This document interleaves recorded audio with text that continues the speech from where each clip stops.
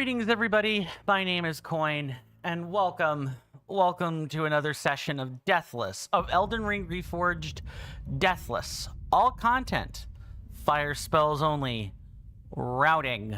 Some on time today. Why don't we play the camera minigame, and then I will catch up with chat as soon as we are done thanking our wonderful contributors. That is the wrong one.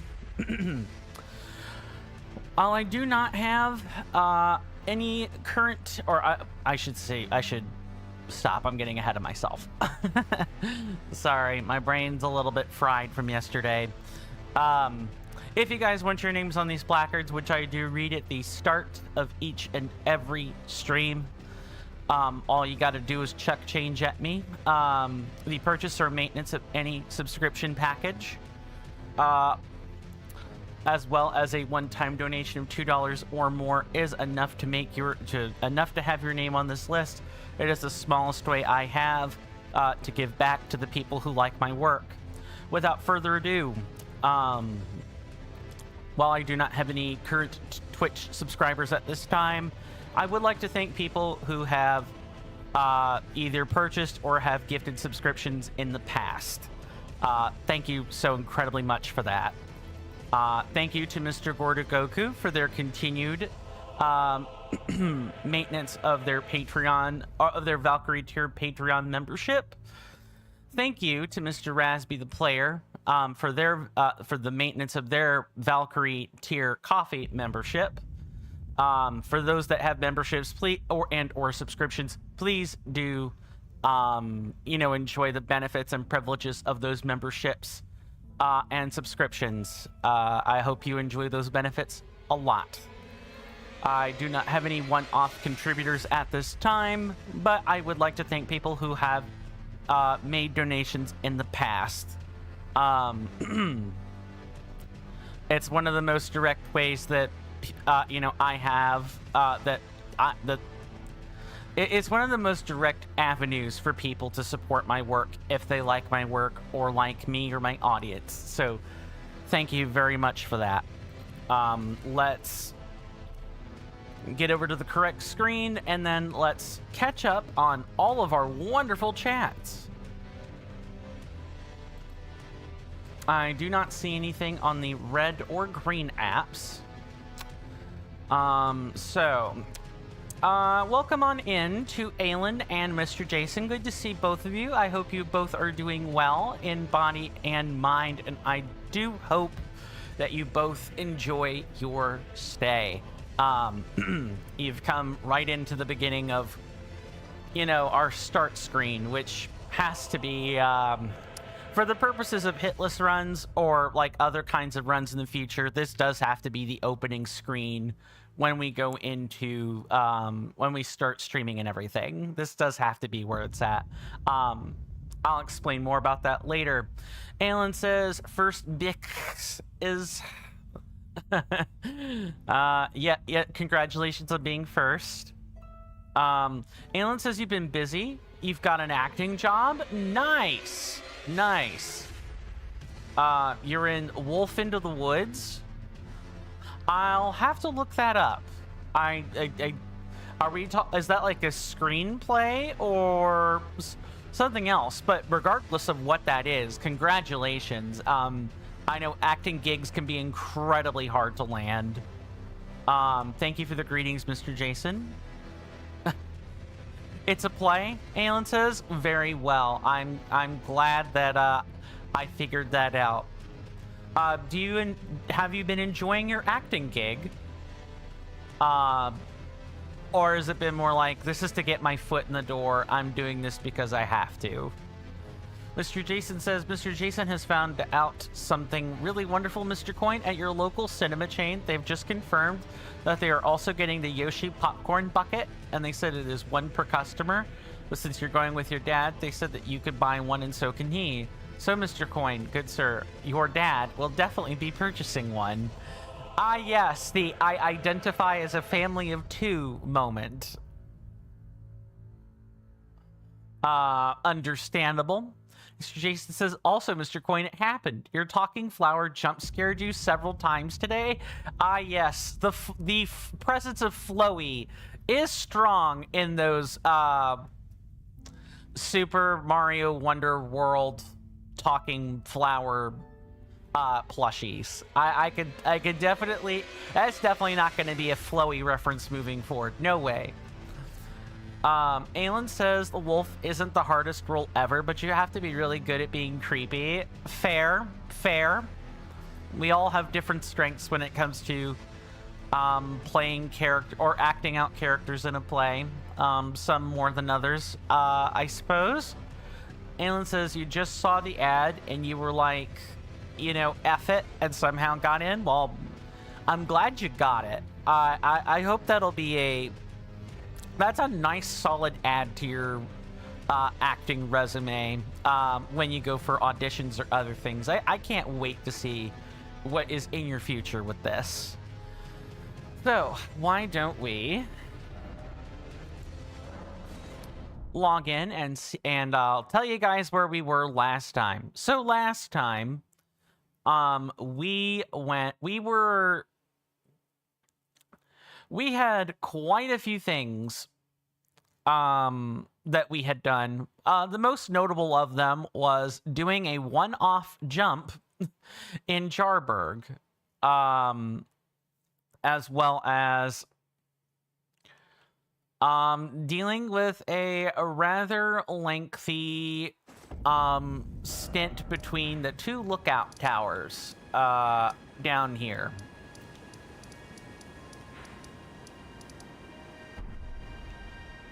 All that kind of stuff. Aelin says, oh no, it's not going to be a career. Sadness. It's just going to be a one-off thing. Fair enough. Mr. Jason says, so far, Mr. Coin, Mr. Jason has basically allocated almost 200 pounds toward the Super Mario Galaxy movie, and that's before pre-ordering the eventual 4K Blu-rays. Nice. Mr. Jason says, Mr. Jason likes each stream, good sir. For each stream is a step closer to Burger Monarch land. Fair enough. Yes, we, like I said before, the Academy of Raya Lucaria is a legacy dungeon, which is to say it is the central thing in the area that we have to work a long way toward being able to do. And we're going to be all over the land of Liurnia before we even think of heading toward the center of this map.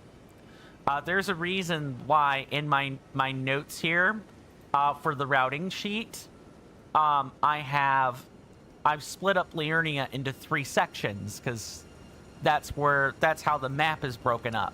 You got the east bit, the west bit, which we can't see right now, and we've got this northern bit up here before we make our way into Altus Plateau.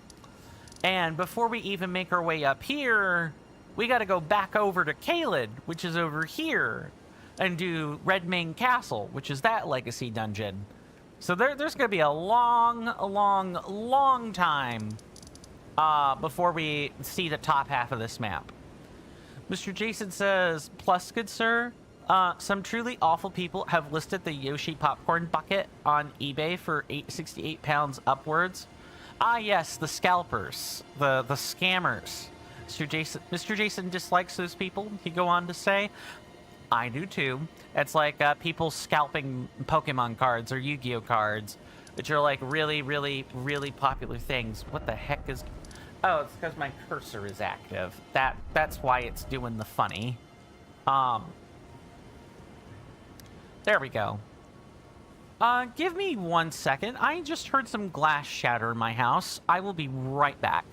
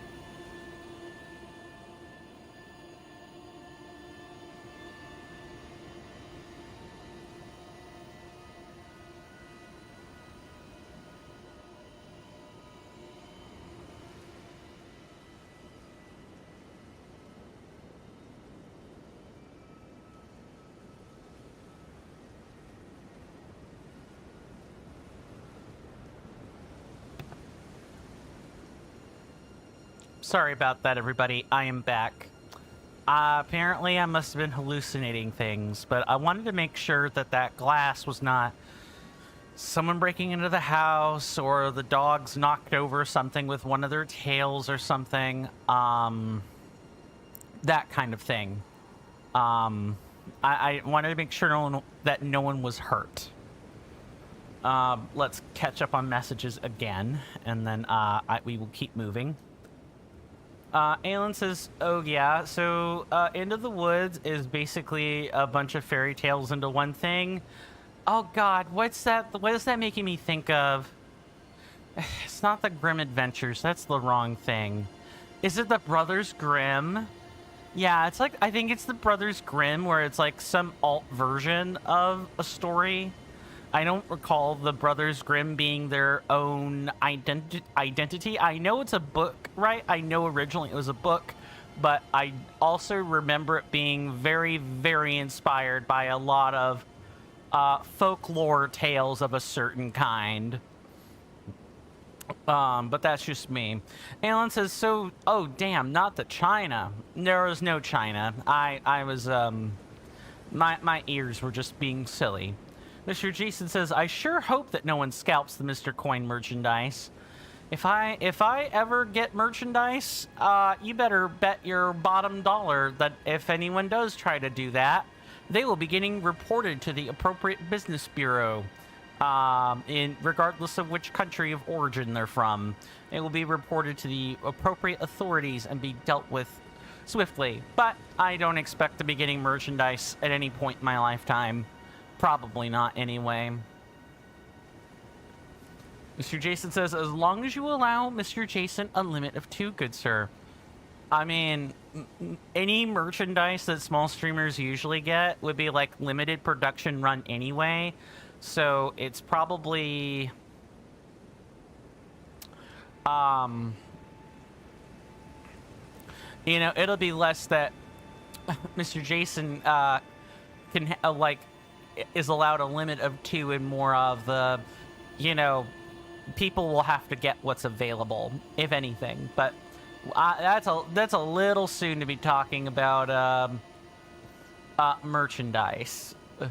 I'm sorry. Aelin says it's Cinderella, Rapunzel, Little Red Riding Hood, which you're in because wolf, and a new one with a baker trying to gather things from the rest of them to have a kid. That is some play. I will tell you that. Mr. Jason says, or you could send it for me to me for free as payment for Mr. Jason's wonderful services. If I were to do that, it would be as a gift and not a payment, good sir. It's all about that frame of mind. Less payment, more gift. That positive connotation with gift. Not so much with payment. Payment is an obligatory word. Aelin says the play isn't new, but you know what I mean? Yeah, it's a new experience for you, to be sure.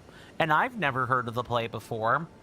I've heard of people mishmashing a bunch of fairy tales together, but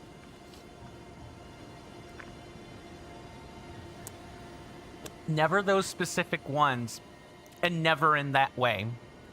So I hope it goes well. Are you getting paid for this, or you don't have to answer that? I realize that's a silly question, but I hope you're getting paid for your time, Aelin, for what that's worth. So, while we have conversations cooking, first, I guess one bit of bookkeeping I need to get done is I would like to apologize very sincerely for yesterday. I was actually at my desk and I just straight up passed out. I was tired. I was really tired. I woke up at like 6. And then I felt really, really bad. But by the time I woke up, I realized it was too late to really do anything about it, so I crashed. I was apparently really tired for me to do that. It is not that often that I pass out at my desk. I'm sorry, Mr. Jason says, details, but yes, you understand. Frame of mind is a really important thing for selling things to people or businesses or organizations. Like, the how you frame your words really can determine whether or not, you know, people begrudgingly use your service, willingly or enthusiastically use your service, or leave you a really nasty review on Yelp yellow or white book pages and, you know, brigade your business online. Your words really do matter. Mr. Jason says, anyway, you're getting paid with appreciation. Too true, good sir. And you're also offering you the same, good sir. I appreciate that, Mr. Jason. Alan says, no, it's like a community thing, but the profit is going to charity. Nice. That's still a nice, like a little bit of a resume topper, should you ever need to do that. Or it could be things you have on your backlog to show that you do things for a sense of community and it's not just for no reason. Don't underwrite your community activities. And I say that as advice for people in general. Don't underwrite your activities. You never know when they might be, you know, useful to talk about or to sell yourself on resumes and things. If people are wondering what I'm doing, we have to go back before we fight the bell-bearing hunter. We got to go back and do a couple of things. Also, this is not at all where we were on the splits, so I got to fix that. We should be here. Yeah. Mr. Jason says you could be wrong, good sir, but you will give it a week before you get annoyed with the talking flower. I mean, if you got jump scared by the flower, I don't even think you'll wait a week. I'm gonna be super serious and totally for real right now. You are probably not gonna do that. You are... All it's gonna take is one, you know, it talks at you at 12 o'clock at night or at the crack of dawn, and you're gonna be like, nope. Do not want. Could totally live without it. Do not need it. Period, etc. All that. But that's just personally what I think.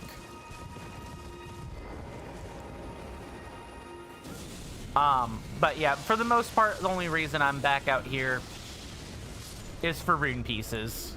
That's like the only thing I have of any real concern. And then after that, we could go back to clearing things.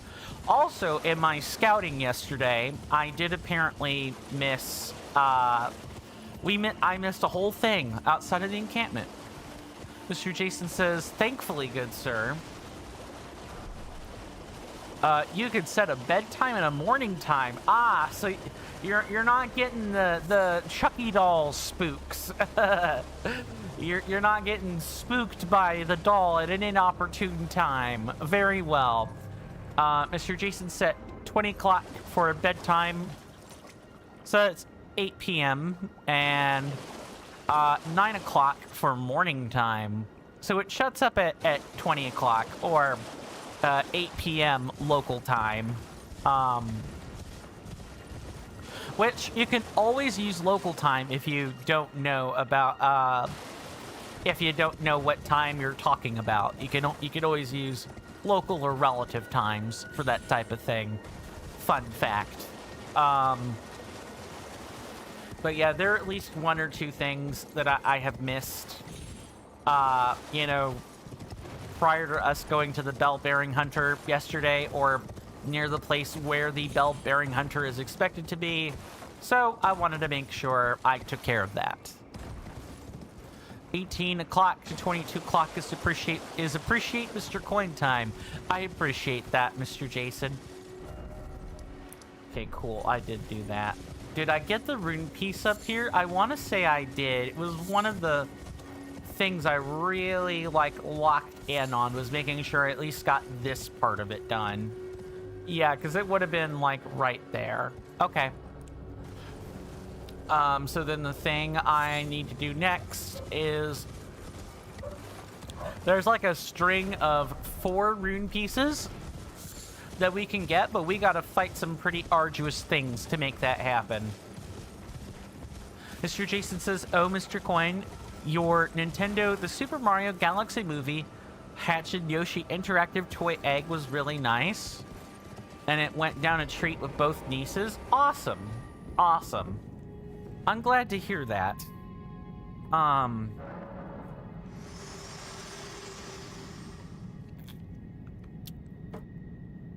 You were saying that the play was like a community thing, Aelin, and that the profit is going to charity. Does the community thing like center around the play, i.e. is that all it is, or is there other stuff as well? You know, is it like a whole festival with a play at the center of it or something? If you don't know that, that's fine, but I was at least curious. So I thought I would ask. Because what you're talking about kind of reminds me about, you know, downtown near where I live, there's like a, it's either the middle of the week or it's on Friday where there's all kind of festivals down, one of the major streets downtown. You could get really nice stuff. That's what that makes me think of. Mr. Jason says, but you're so glad that Mr. Jason purchased 2 of them, good sir, because that eggshell is a one-time thing, as Yoshi will break it. Can you not put it back together? Does it not? Is it not made of like assemblable parts or whatever?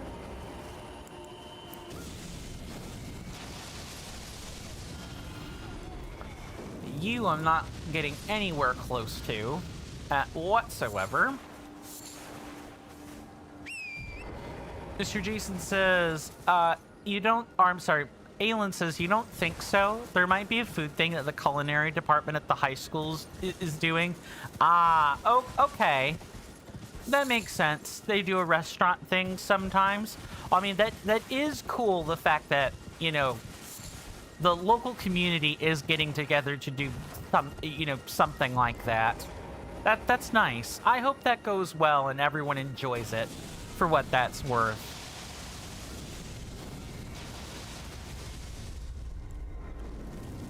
Hold on, I want to make sure I'm not dying just stupid here.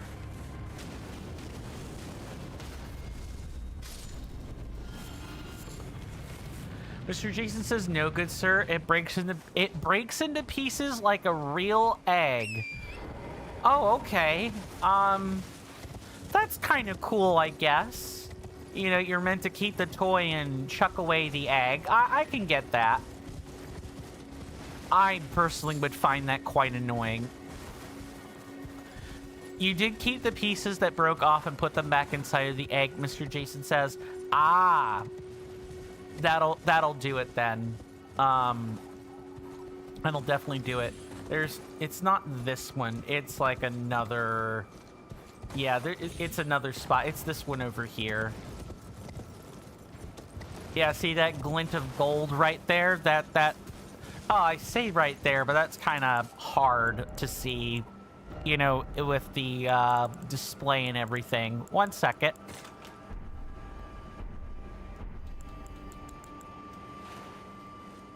Right there.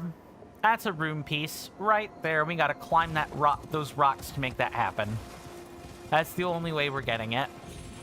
Note that the base game does not have these. Mr. Jason says, yeah, Mr. Jason keeps all the packaging. Wow, that is some dedication. I will say that. That is some dedication. I'm not even sure I keep the packages. There was one game where I kept the packages because it came in like a really nice metal tin, and that was Assassin's Creed 3. I thought the tin was pretty cool. Now, do I still have it? No. I did eventually throw it out because clutter. I'm huge anti-clutter. I don't like cluttering my spaces with things that are not useful or functional, but I did keep the packaging for a time. It was one of those old-timey like trapper's tins. It was really nice to look at. You know, back when I could afford that type of thing.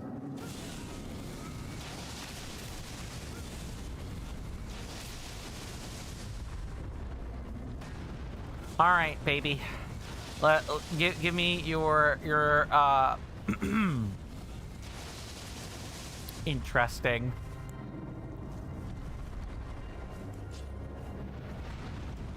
One second. Mr. Jason says, you and me have so much in common, good sir, but if we met in real life and I saw your room, your opposites would show. Yes, absolutely. I'm very much do not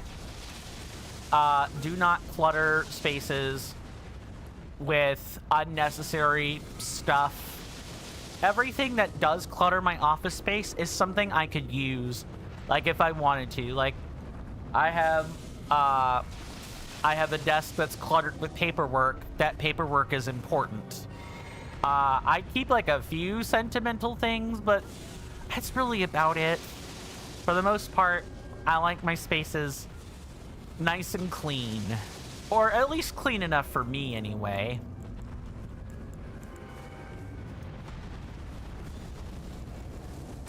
There we go. That should keep us from doing the silly.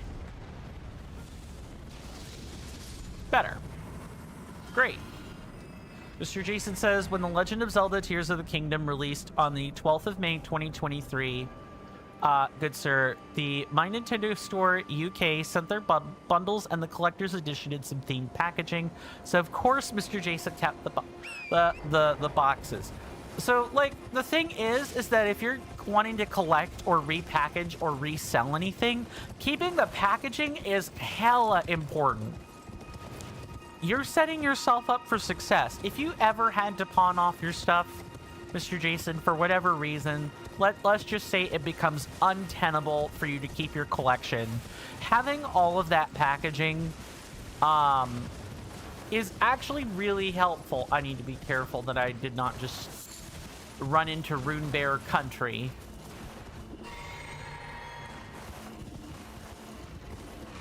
Yeah, look, right there. There's our lovely friend, the Rune Bear, right there.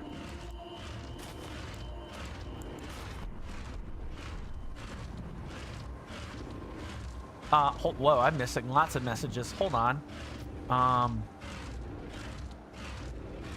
Mr. Jason even has flat-packed Happy Meal boxes. Fair, fair. Aelin says that they remember when they got Tears of the Kingdom as a birthday present. Were you generally excited to get a gift like that? Were you a Nintendo fanboy back then, or was it more of the, oh, this is neat, I'm not sure what this is, and then you gained an appreciation for it later or something like that? Just out of curiosity, Aelin. Mr. Jason says, of course you're setting yourself up for success, good sir. You discovered Mr. Coin and Miss Carly. Fair enough. Alan says, hell, yeah, I love Breath of the Wild and Skyward Sword. Okay, then we do have at least some minor kinship in that. Yeah, Skyward Sword's one of my personal favorites. I would, some of it is nostalgia bias. You know, I got it back when I had a Wii. You know, I was a middle to high school kid. I would spend lots of hours on Skyward Sword, just swinging the Wiimote like it was no one's business. No matter what I think of the Wii now, I have never forgotten Skyward Sword for those reasons.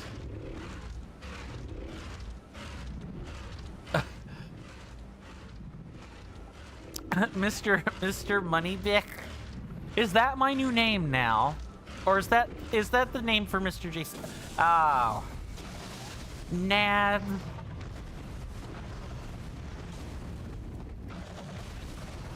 I gotta get them out of the way though.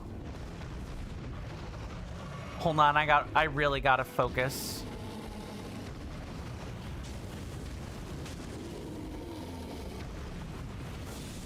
These guys absolutely demand my attention. Because they will absolutely, like, wow. That is just so many standing grabs and, like, body slams in a row.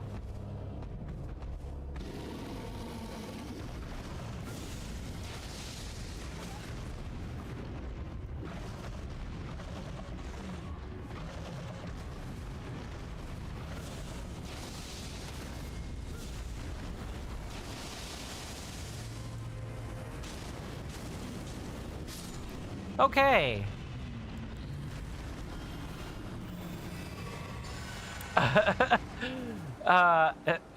Aelin says, yes, it's Coin's name now. Or should I say Mr. Butt Money Bich? Alright, fair enough. That if that is your name for me, you know, as long as it is meant in jest, or it is not being used in a derogatory manner, I really don't care that much. Look, I tell people all the time, you feel free to call me anything but collect. That you know, then we have a problem.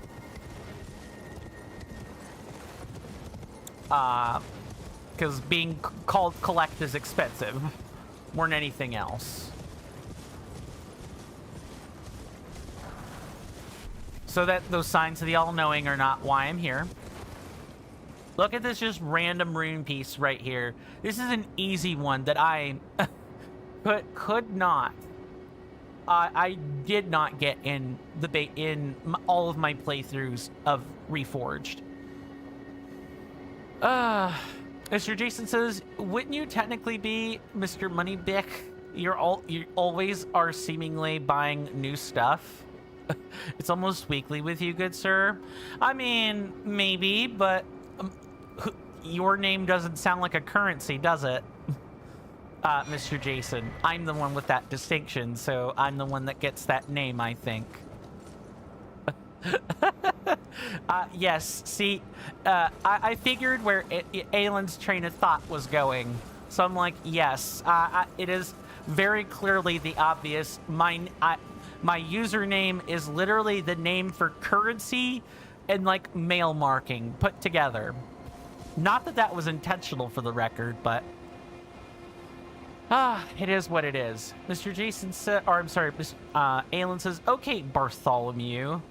At least it isn't collect. At least it isn't, you're not charging me a money mail order with that. Imagine if that were the case. There's another rune piece right there, which was one of the reasons I headed over here in the first place.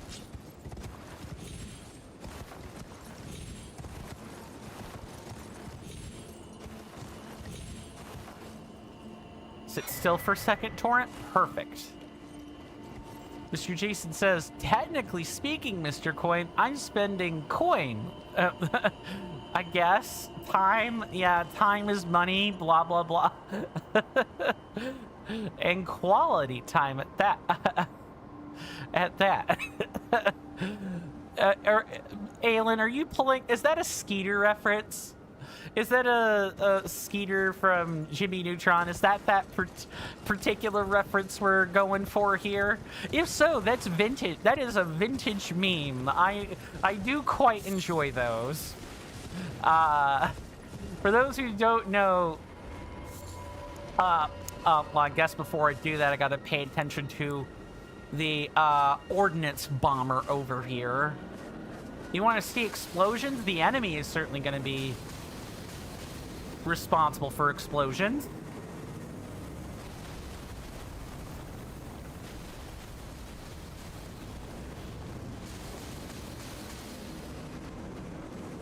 Aelin says, nope, it's just something you say, but it's a reference. It can be both. It can absolutely be both. Okay, run. And I don't remember if I got the Graven School or not, so... I did not. Because I messed up the first time. Makes sense. Welcome on in, Mr. Tension. Good to see you. Hopefully you're doing well in body and mind, and I do hope that you enjoy your stay. You've come in right at the start of more routing, which is never a bad thing.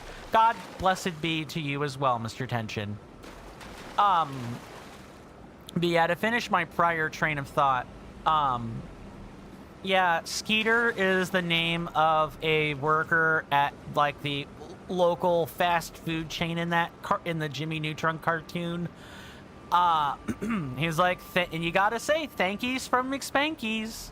It was a cartoon I grew up watching as a rather small child. I mean, the animations and stuff were bad, but it was always hilarious. Well, there's this one episode where Jimmy Neutron picks up a salt packet, and he calls it sodium chloride.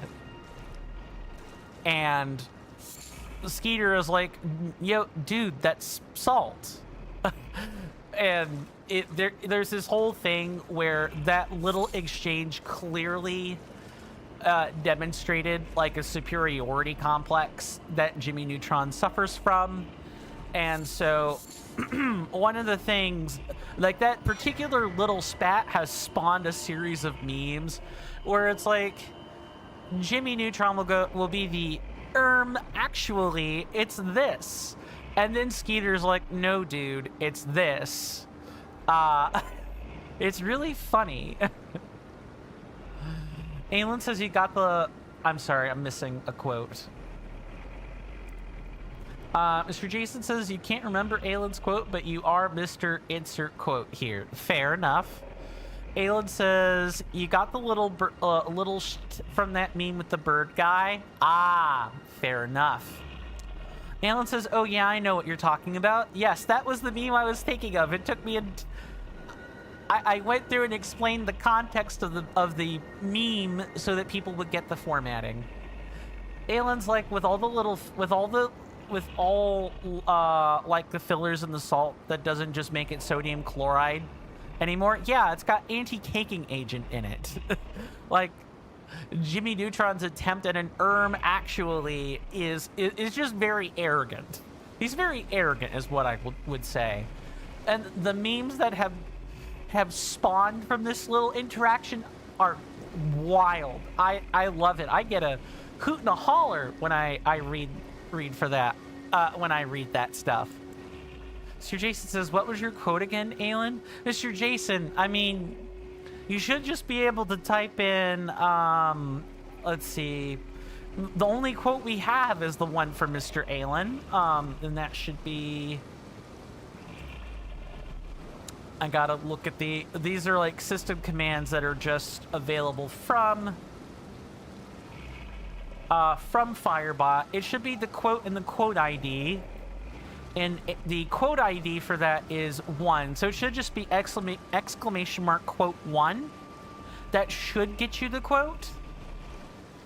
But Aelin was nice enough to repeat it. Tit for tat is the most British thing that is ever British. Yes, absolutely.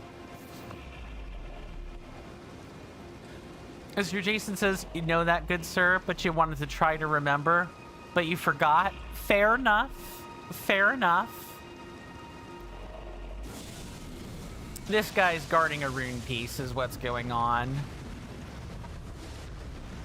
At least I caught it from it earlier, but nice.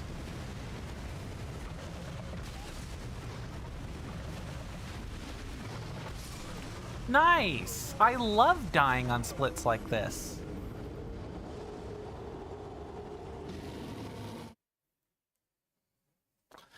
Well, I mean, we got the rune piece, so technically all I have to do is just get out and not stay there. Yeah, please treat that as a demonstration of Rune Bear's.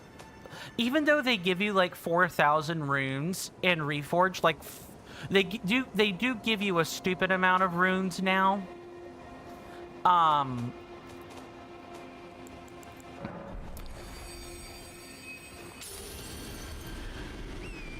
They're almost they're never worth that amount of runes because you just get 3-shot by them. Or unless you deflect or block or something. It's just not worth it. You also have to, risk a second rune bear if you're not paying attention. Because the rune bears are perhaps in the same block. Alan says, like, you didn't know that level of Britishing was possible. I mean, always assume that the British can British more if they could British at all. Mr. Jason says, oh, Mr. Coin, just 2 hours and 15 minutes until Mr. Jason's talking flower shuts up. Until tomorrow. Nice. I mean, you did program it, good sir. Fun fact, did you guys know that rune bears are related to dragons in this game? It's true. They got little, they have gravel stones embedded in them. And you don't have gravel stones unless you're a dragon. Dragons are the only ones that drop those. So it really makes you think, doesn't it? Not really, but it's a nice little nugget of information to be sure. At the very least.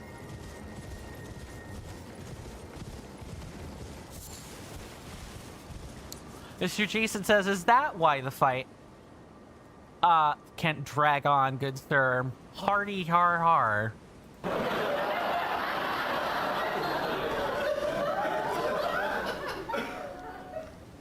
Alan says, oh, you got a new game, a new WW2 game called Enlisted?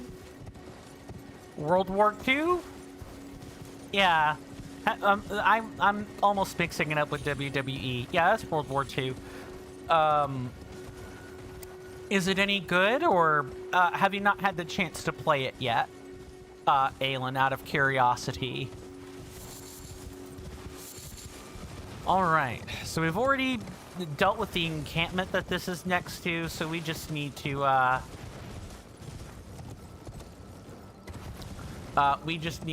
come all the way over here. That guy there, that's who we're trying to deal with.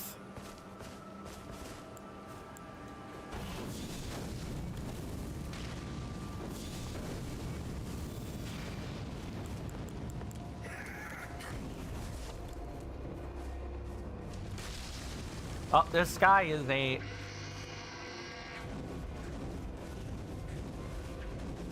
You get on with your bad self, Mr. Guilty.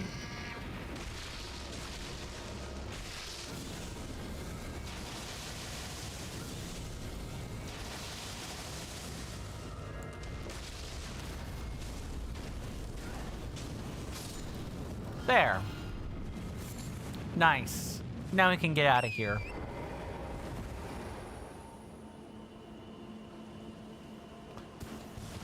And we can keep going.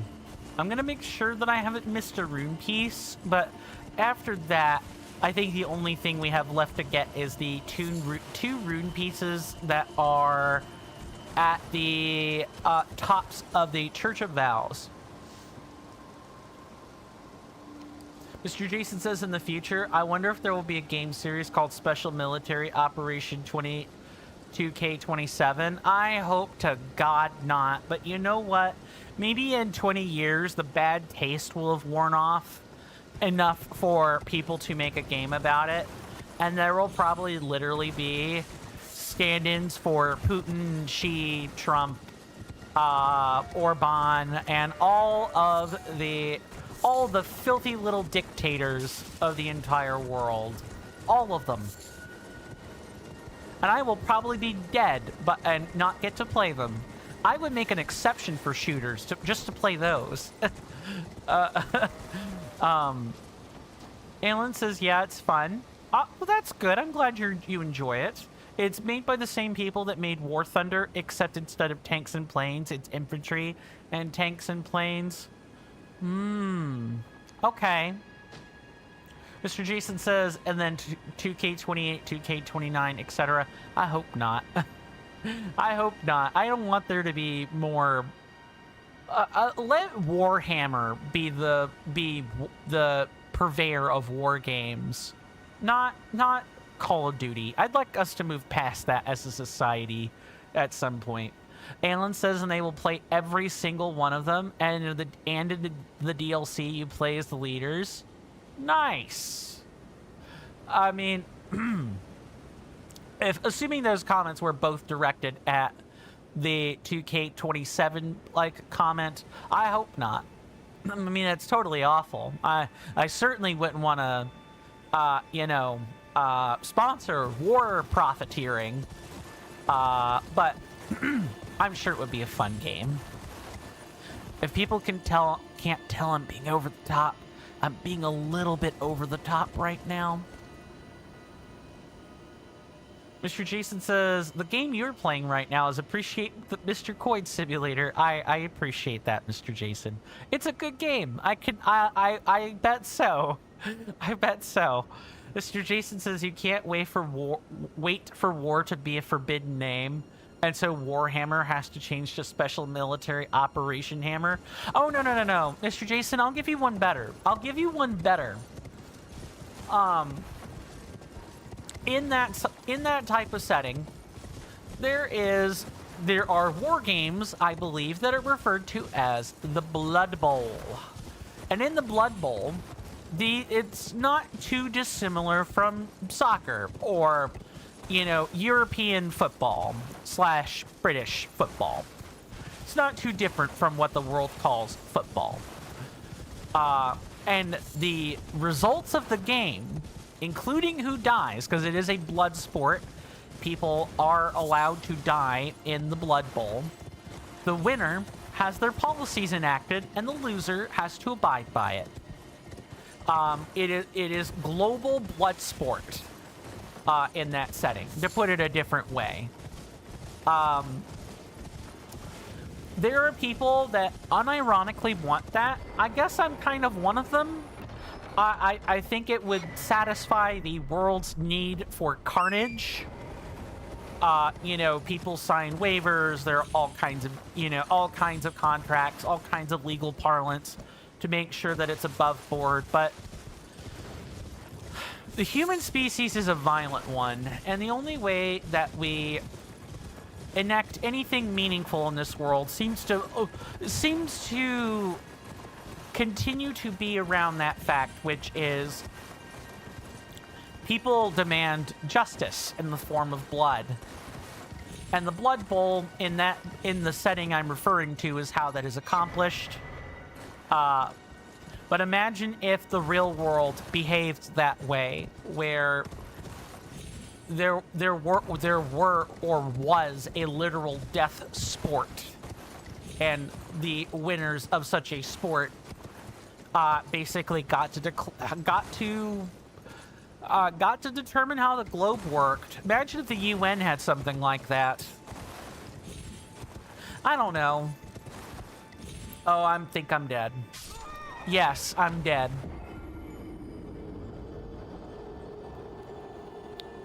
Nice. I love that for me.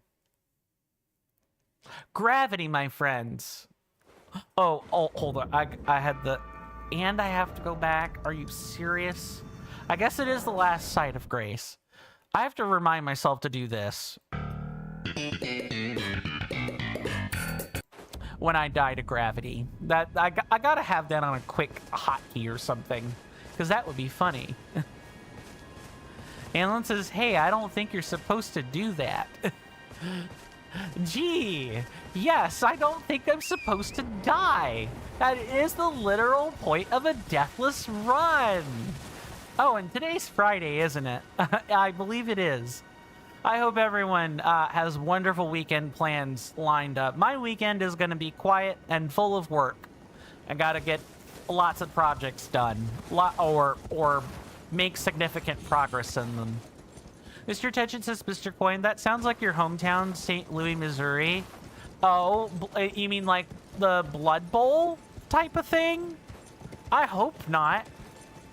Or are like people desiring carnage? I hope that's not what we're talking about.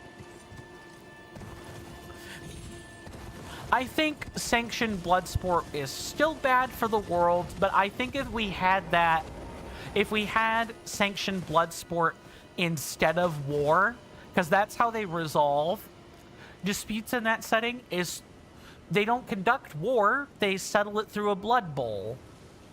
And people get their innate craving of violence satisfied that way. I think we would be a much more peaceful society. And I should note that in the setting I'm referring to, real war also still happens, but it's a lot rarer because the Blood Bowl is a thing. You hear that off in the distance, my senators and inductees? That is an ad storm. In about 5 minutes, it'll blow over us, and then we can get right back to the gaming. Thanks. Your thoughts, your ambition. I really appreciate everyone's time that they've spent here. It means the world to me. It would also mean the world if you could electrify my algorithm by following my Twitch channel, subscribing to my YouTube channel, liking the video and or streams on YouTube, and even leaving a comment. Doing all of those things ensures that when I zap your feeds with a live or a long-form content notification, you don't have to worry about missing any quality content. Thank you guys for sitting through that. It's the part of content creation I don't care for, but it's got to get done. We do take commercial breaks around here at the top of every hour, so at about 4 minutes from now, we'll be taking our next one, or our first one is what I should say. And when that time comes, just to the left of my webcam here will be a timer that reads 3 minutes and 0 seconds. During that time, ads will be playing, I'll be getting up and taking a stretch, and so I highly encourage everyone here to do the same thing. It'll make your time pass faster, but otherwise, do feel free to spend the time in whatever way you wish. Once that timer reads 0 minutes and 0 seconds, I will have returned from my break, and we can pick up where we left off. And with that, let's quickly try to catch up on chat here. Miss Tension says, yes, sir, Mr. Coin. That's unfortunate. That is truly unfortunate. In recognizing the curse of people uttering, I wish for you to live in interesting times.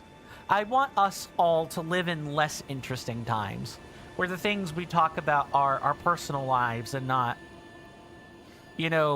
war and peace or life and death. I would like to try to foster or help us toward doing that ourselves as a community.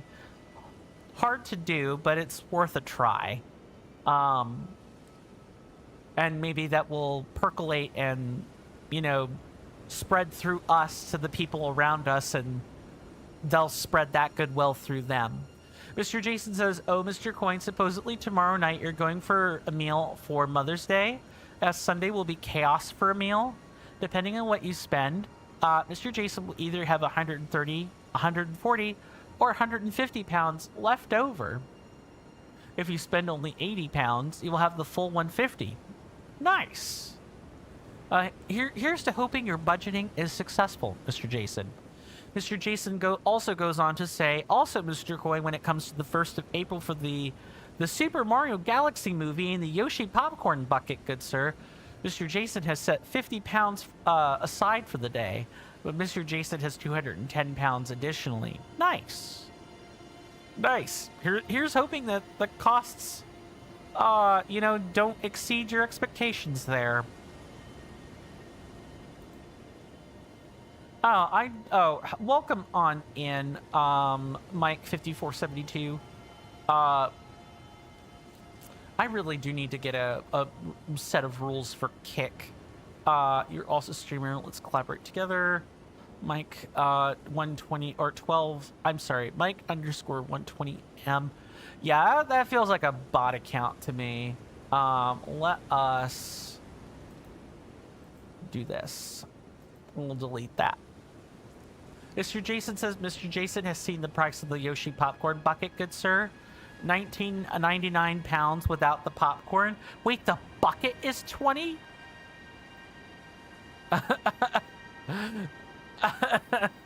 You, oh my goodness, it happened again, Mr. Coin. Yeah, you programmed the talking flower to talk at you.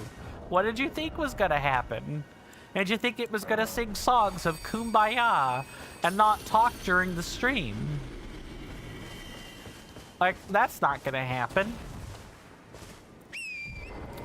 Alright, let's try to get this last rune piece before we fight a boss. I can't believe we've only accomplished one small split in the first tower. That's definitely... I've definitely got to be better about that moving forward. Just gonna grab this. And we're dead again. We're not dead, but I'll see you guys after the break.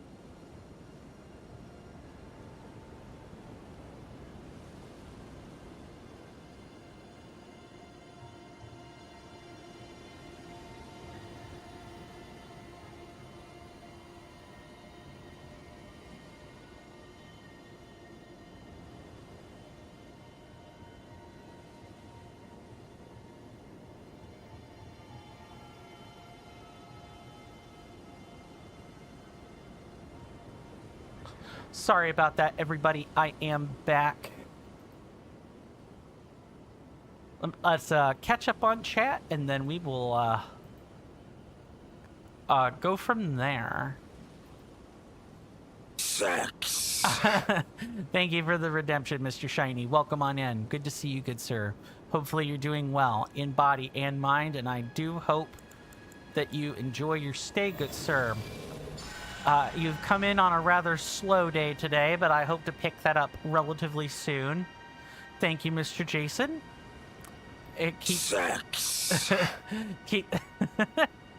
This is the game where that redemption is more appropriate than pretty much ever before, because of the fact that that, you know, the NPC that says that is here in this game.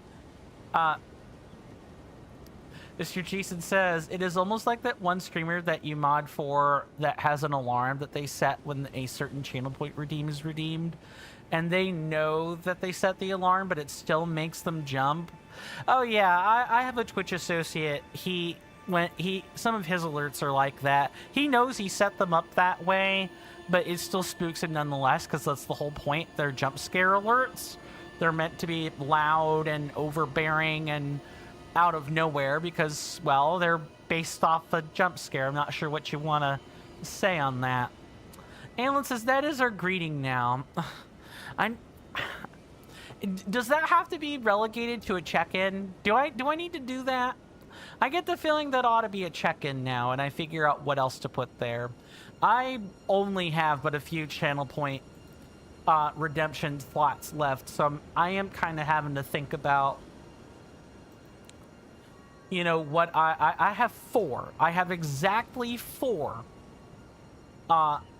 like left, and even then, like 3 of them are only on pause because it doesn't make sense for me to do in-game actions for us to do like action redeems, because I need to do very specific things during a run or during routing for a run.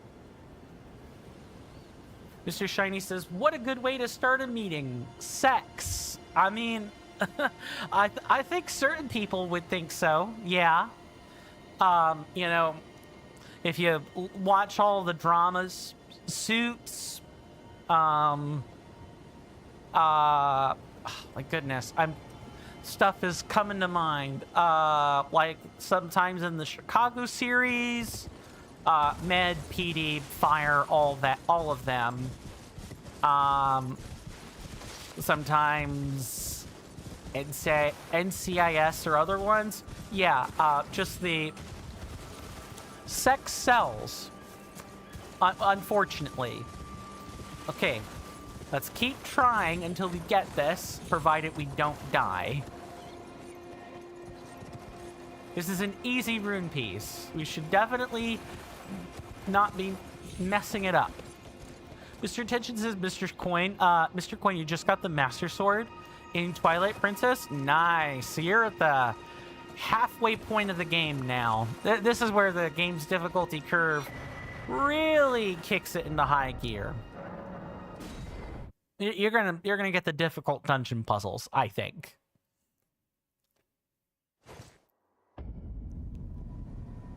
Mr. Jason says, oh, Mr. Coin, don't forget about that UK retailer that tried to be edgy but calling themselves Sex. Yeah, I have not forgotten, unfortunately.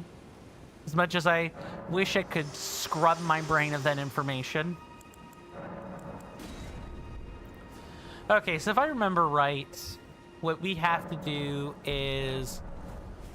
because this is where the bell-bearing hunter spawns, but I think in order to do that, we actually have to use all of the services at least once, so that we haven't been denied them. It's like there's like a first use clause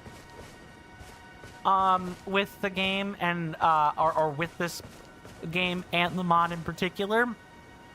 Greetings. Just gonna, yeah, we're gonna do this. Oh, very well. Heresy is all things. Oh, very well. Let heresy all things. All things can be conjoined. Yep. We already got that particular line from the incantation turn-in, by the way, which is why I was skipping it. Mr. Tetchin says, yeah, that waterbed temple was rough. I mean, I'm not going to argue your experience. You found it rough. I think the ending can be a little bit rough. I think the beginning is fairly straightforward. You kind of just have to go where the game's pointing you to. But at the end, yeah, I could see how you would find it difficult. Mr. Tetchin says, Mr. Coin, was that Skull Kid in the Lost Woods? I couldn't tell you. It's theorized that it is, but it could be different. I would recommend looking at the zeldadungeon.net or Zelda wikis for more information about that. Okay, yeah, Turtle Boy is missing. So now that Turtle Boy is missing, we are going to go ahead and lock the heck in. I'll see you guys on the other side of this fight.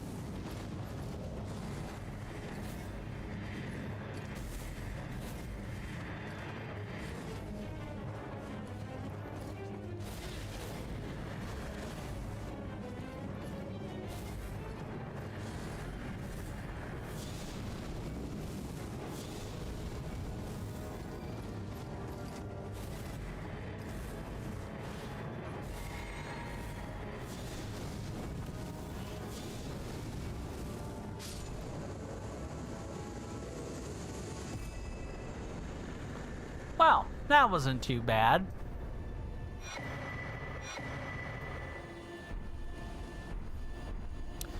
We do get a custom fortune, and a lot of the bell-bearing items were adjusted.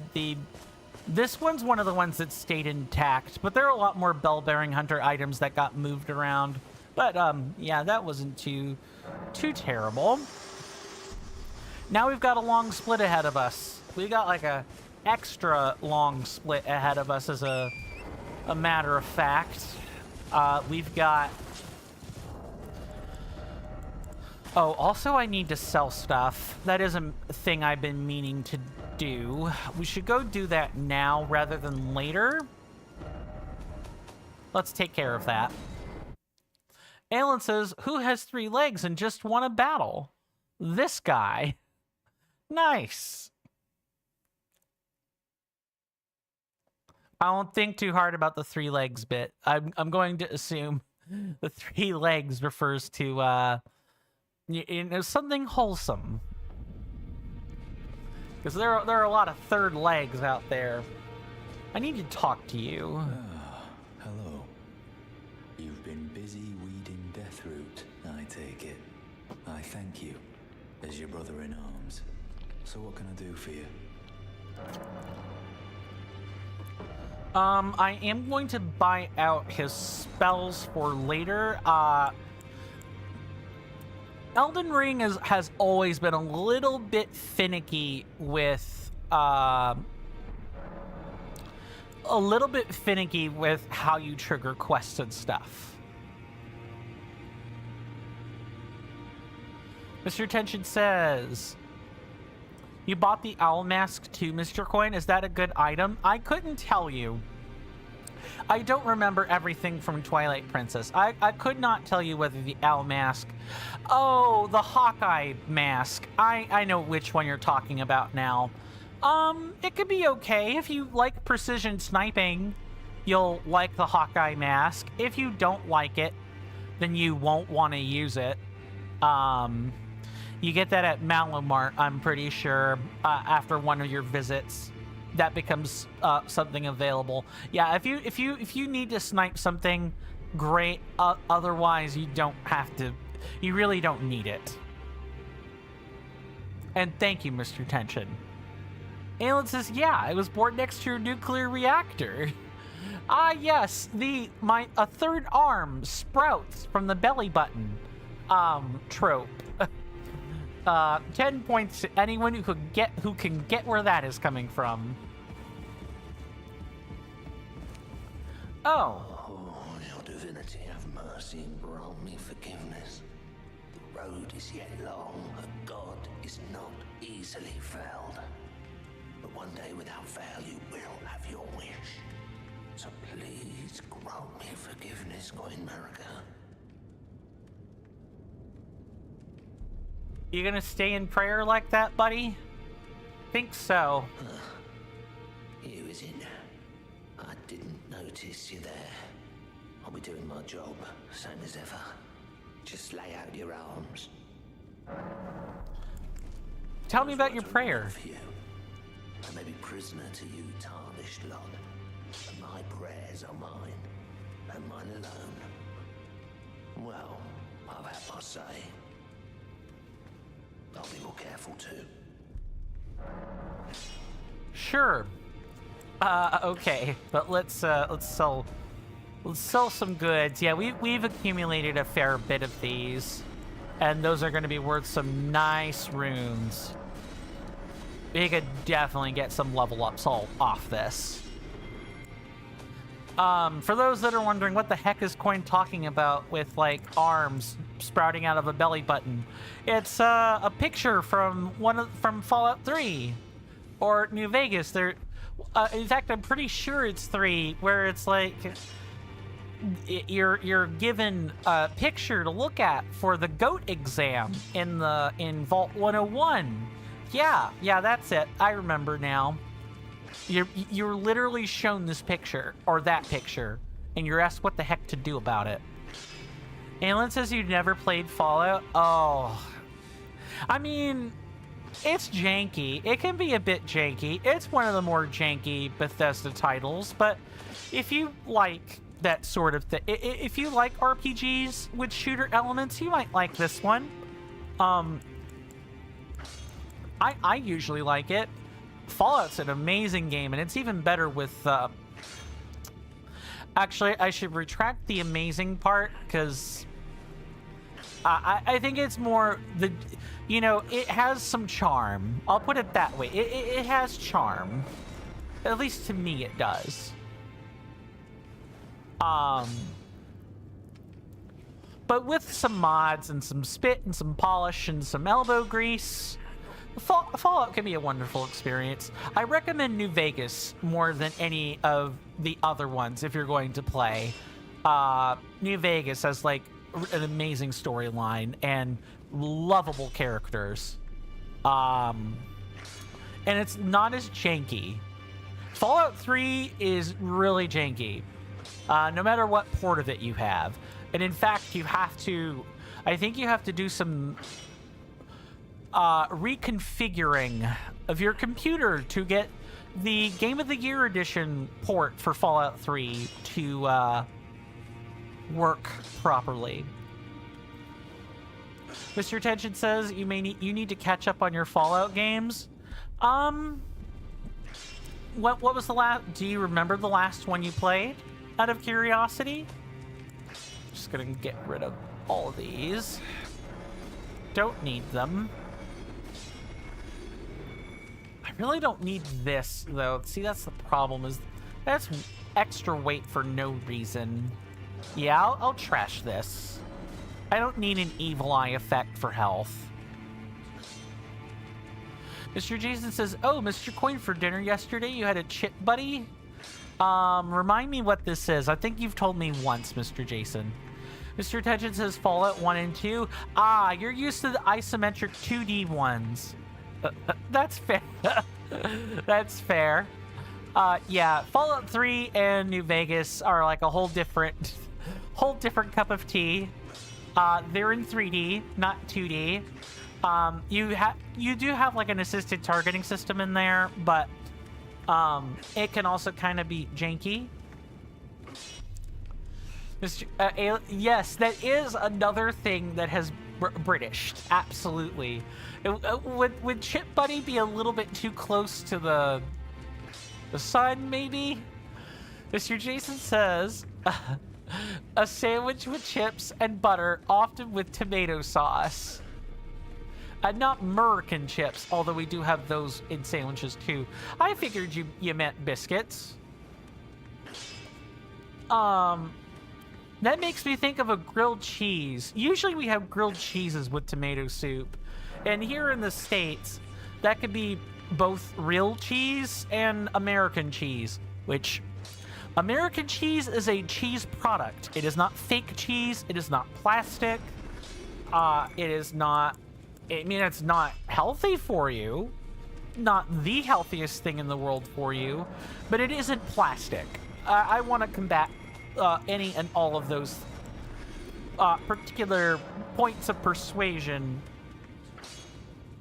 No, I will like unash that Ash of War then. We'll just undo the enhancement. Now we can sell it.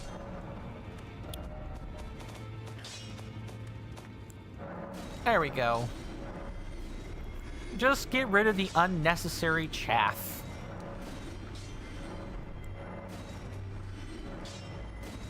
I don't need either of these. Any of them. I have to be very careful not to sell my Fire Monk gear until I have better gear.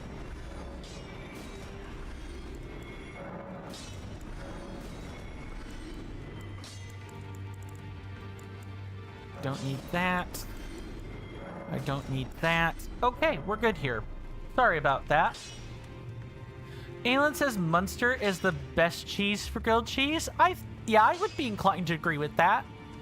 I would be very inclined to agree with that. Oh, it's very delicious. And yeah, real cheddar cheese, delicious. And this is coming from someone who has lactose intolerance, by the way. So whenever I eat a grilled cheese, I am paying for it later.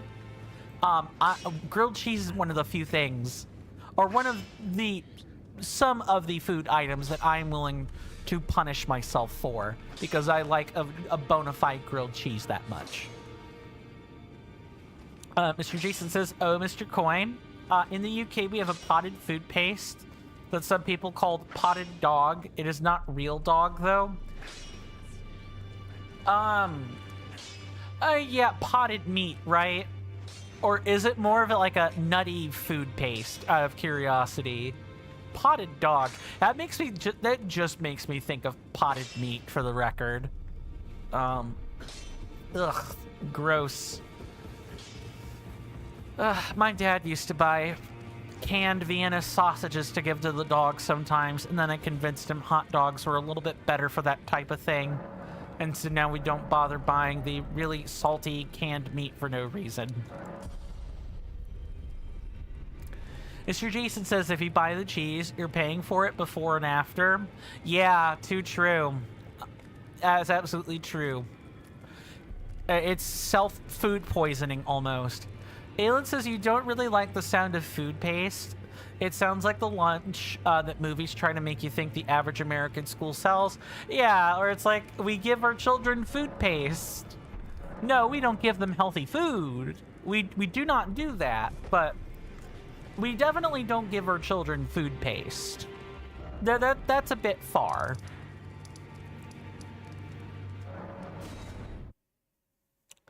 I've sold as much of that as I reasonably can. And I think I still have the map, right? I still have the key item map thing. Hold on. Yes, it's right here. Still got the clue, which is the thing I thought about. Aelin says you'd never really minded the school lunches. Yeah, I usually get when I was in school, I either got the soup or I tried to get the non-pizza. Now on Friday, I did get pizza. You know, we did have that. That's fine. Oh, I'm missing something, and I'm glad that I spotted that. There's a spirit spring hawk that has to go above here.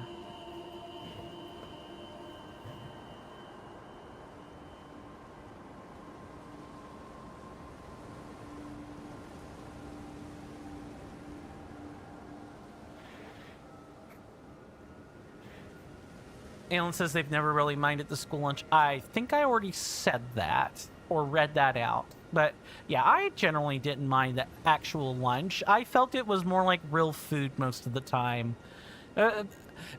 You know, at least prior to the pink slime. When I heard about pink slime as a kid, I'm like, okay, yeah, I need to be a lot more careful with the food I'm eating. Definitely avoid the Salisbury steaks from now on. They definitely want to give us fake food for sure. Mr. Jason says, on Christmas Day, Brits will have a Christmas dinner, and then with the leftovers, we'll put it all into a sandwich. That sounds like what America's doing. That sounds exactly like what America is doing. Oh my God. Have you guys ever seen Twinkies in a sandwich? I have. It's gross. I dislike that lots. Stinky. Stinky, stinky. Ugh. Or just like sandwiches and burgers stacked mile high with greasy, fatty things. Onion rings or fried onions. Oh my God, it's just, I can't with food sometimes. How are the lunch across the pond? Well, what's up, Mr. Jason? I want to, I'll wait to see what the comment is before, you know, activating the Spirit Spring Hawk here. In the UK, some fish and chip shops sell battered Mars bars. I feel like I've been told what a Mars bar is, but I should look it up. Oh.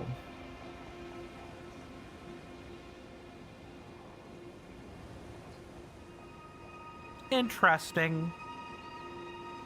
Okay. Yeah, for us, this is more like we have like Three Musketeers. That's kind of close to what that is.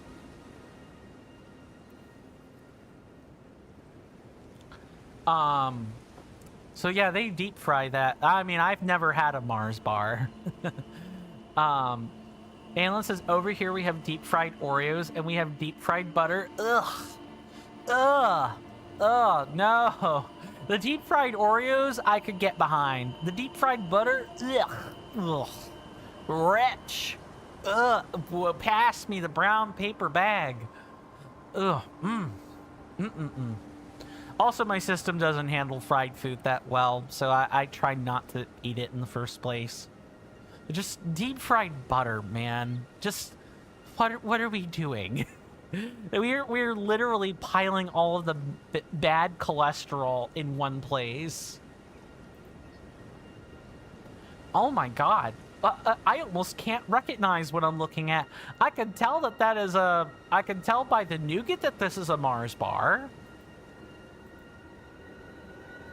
But I don't know what else to make of that. Aelin says, yeah, the Oreos are peak, but the butter is gross. You've tried the deep fried butter. If you don't mind, Aelin, if you do happen to remember what the fried butter was like, tasted like, or the texture was, I would be very curious to know. As someone who wants to take a journey with food, and I do often want to take a journey with food, I would love to hear a description. While that description and other conversations are forthcoming, I'm going to take care of a quick nuisance. Real quick. And I will see you guys in just a moment, I suppose.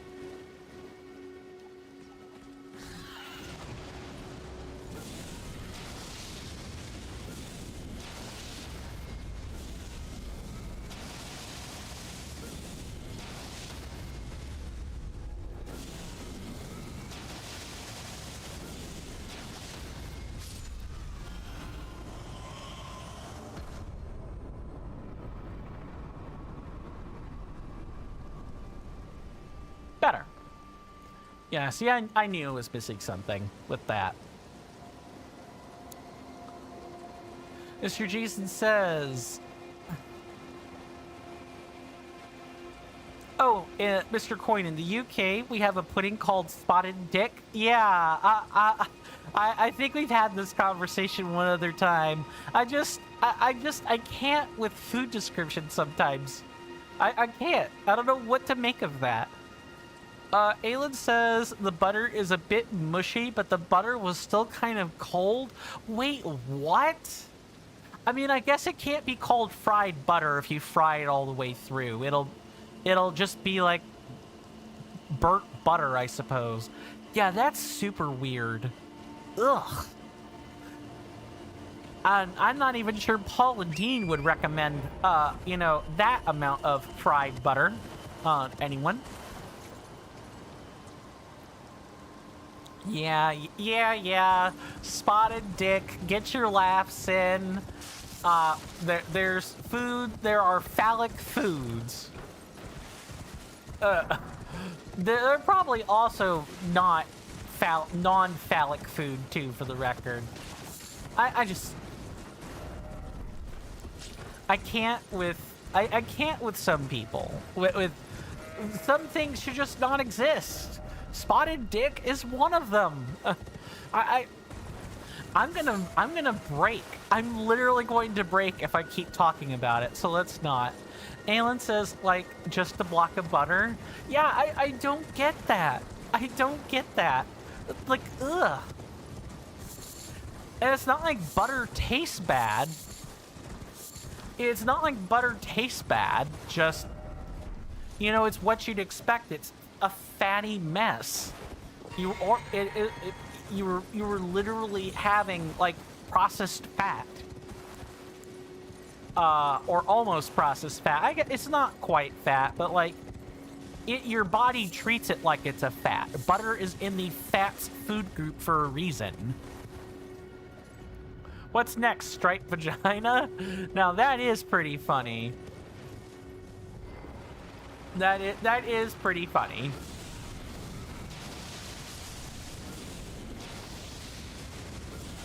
Hold on.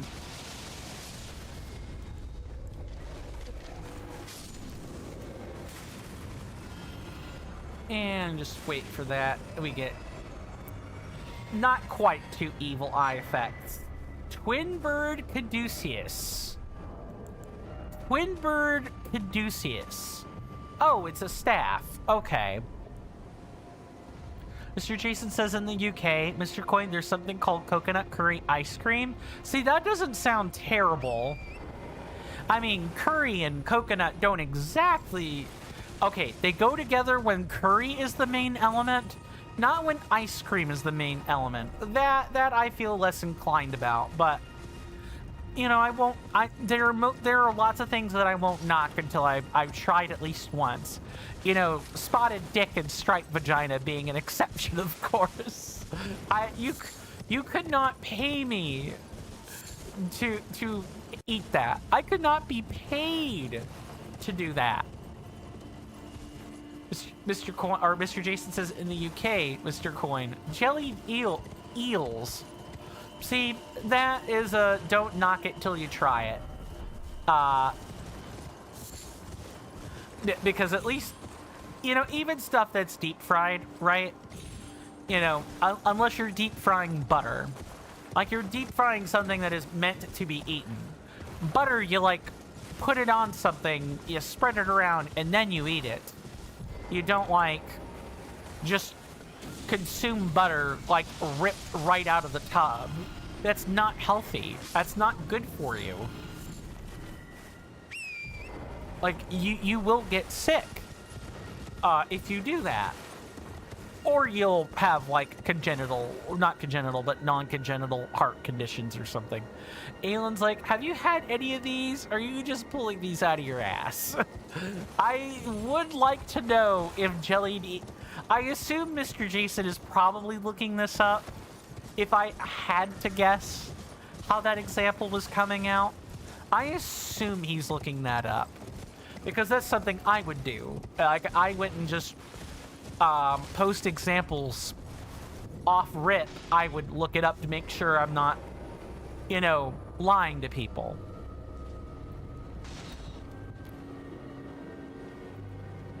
I'm sorry. There is... Ow! Wow, okay. We definitely Skyrimmed it up today. I'll tell you that much. Look at that arrow just stuck into my side.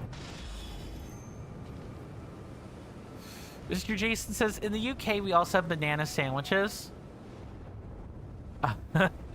Okay, I have banana sandwiches too, but here's the difference. When I have a banana sandwich, I put peanut butter on it. So I'm not just having a straight banana sandwich. I'm having, you know, my potassium and my protein in one sitting. You know, I've got three food groups if I think about it.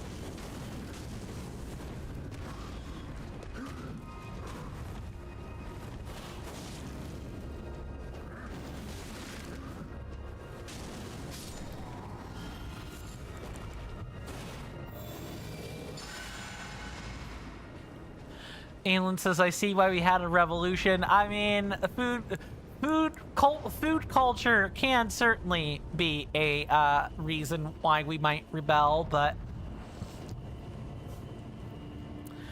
it certainly wasn't the only reason. Alan says, yeah, peanut butter and banana sandwiches are good. See, I'm glad I'm not alone in that. But like, just banana is barbaric. Just banana is just bland. I was like, the only thing you're getting is banana. Just have the banana by itself. Mr. Jason says, oh, Mr. Coin, have you seen the Christmas dinner? What?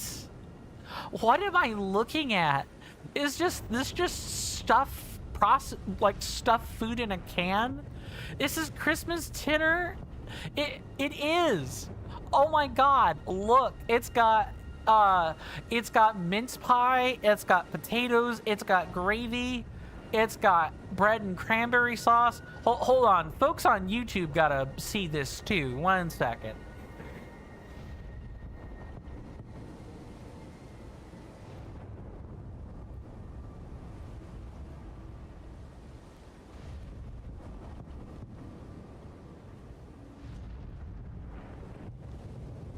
And there's probably a Thanksgiving version too, as Alan has just pointed out.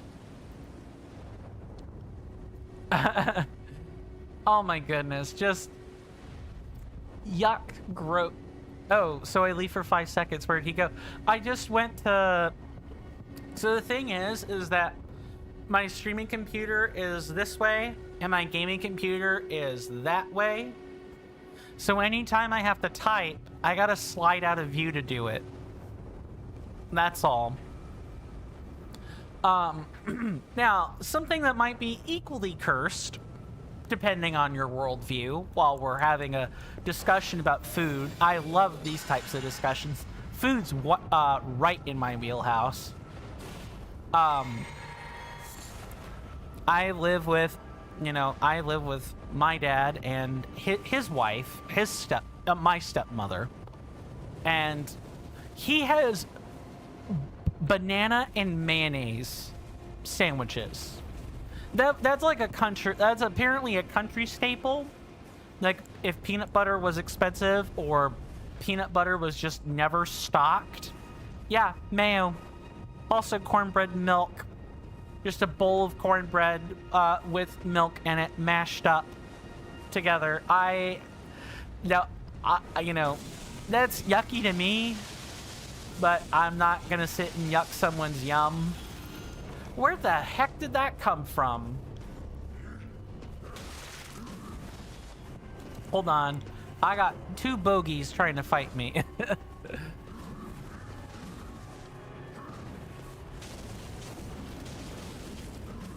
I might die here if I'm not careful. 1 second. Alan says, I know he's your father, but you're so yourself. Which one was it? Was it the cornbread milk or was it the banana and mayonnaise sandwiches? I'm far too tickled by this. I have to know which one was yucky.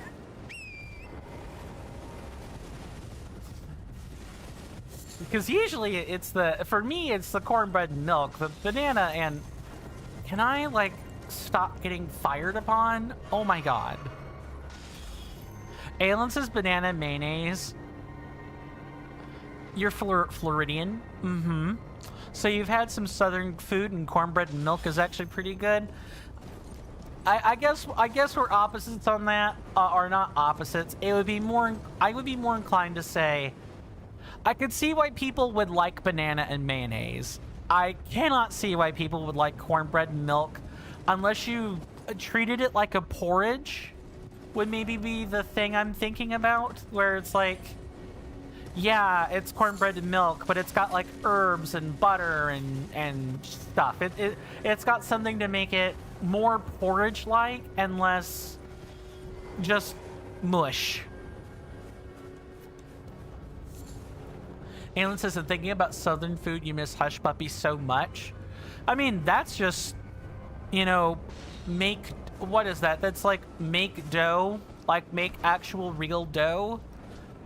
Give it like a breadcrumb. Like put some breadcrumbs around it, maybe brush it with some egg to make sure it all kind of sticks together. Put it in a deep fryer for like maybe a minute or two, and you've got hush puppies. I'm pretty sure that's like the basis for a hush puppy. I could be wrong. I have not made hush puppies, so you know, don't rely on my word or anything, but I'm pretty sure that is just fried dough. What I'm trying to do is like take the long way around so I can get the ancestral follower warriors from the backside as opposed to the front side, because they are guarding some rune pieces that I would very much like to have. Speaking of rune pieces I like to have, there's one right up here. If we could just get the jumping right for it. No! Get back up there. Aelin says, you know, but there's this place called Bud's Chicken and Seafood, and you don't know if they put like LSD and stuff in that or something, but those were addictive. It's, you know, the food version of that might be MSG instead of LSD, you know, monosodium glutamate. There's this guy, I think he's called Uncle Roger, pretty sure that's a content creator. He's like a famous chef, and he talks and praises MSG all the time, says it's way better than salt, and people should absolutely be putting it in all of their food, and you know, instead of salt. Monosodium glutamate is in fact really delicious. You love Uncle Roger? I watch some VTubers react to him from time to time. I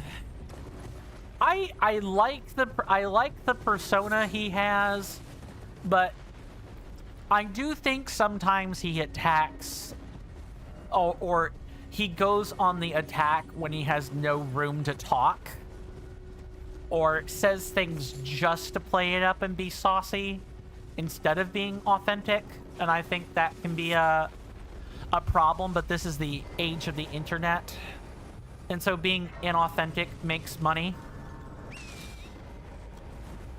Mr. Jason says, the UK has some weird laws, good sir. Tell me about it. We have weird laws too. One is, it is illegal to handle salmon in suspicious circumstances. If it was a small quantity of fish, or first time or accidental offense, you might be let off. However, if a defendant has repeated this crime with the explicit intention of acquiring the salmon by nefarious means, then they may be prosecuted in magistrate's court or crown court with a maximum sentence of 2 years in prison. What? That's mental.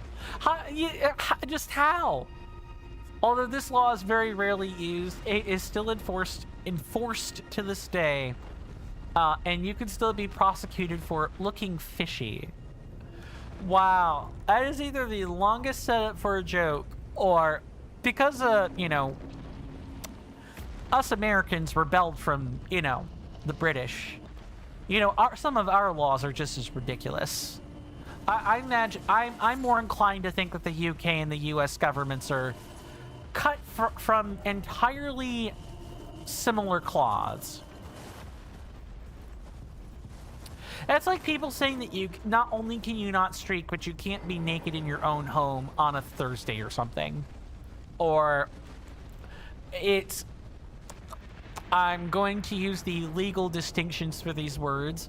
It is illegal to perform... It is illegal to perform fellatio on a specific day. I know there's some states in either the Midwest or like the Deep South that have rules like that, or some towns still have rules like that on the books, and it's really stupid. Aelin says they have heard of that law. Actually, I'm willing to bet so.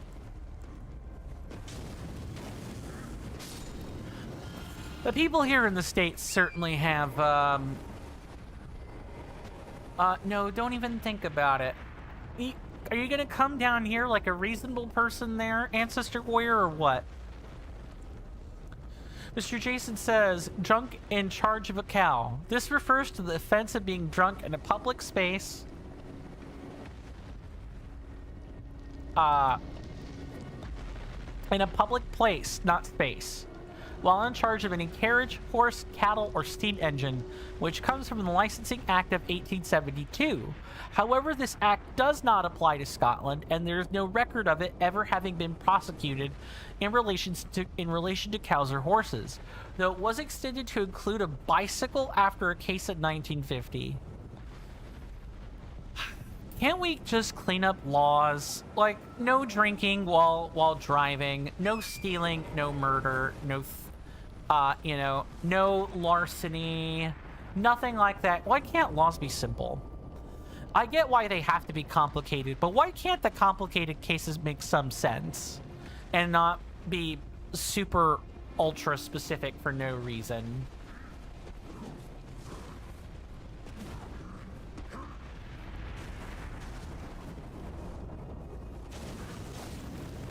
I got smacked.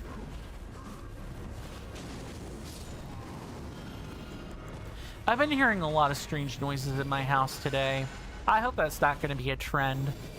Aelin says, so I can't get my 20 bucks on a Sunday? Aw, man, that's my best business day. Don't worry. I'm sure the online scene for that is fine. It is just, you can't be doing it in public. That kind of thing. And the cops can't be around to catch you. They can't be looking in your window when they see that, or they've got probable cause right there. Mr. Jason says, number 8, chimney fires. This refers to a law that makes it an offense to allow a chimney to catch fire.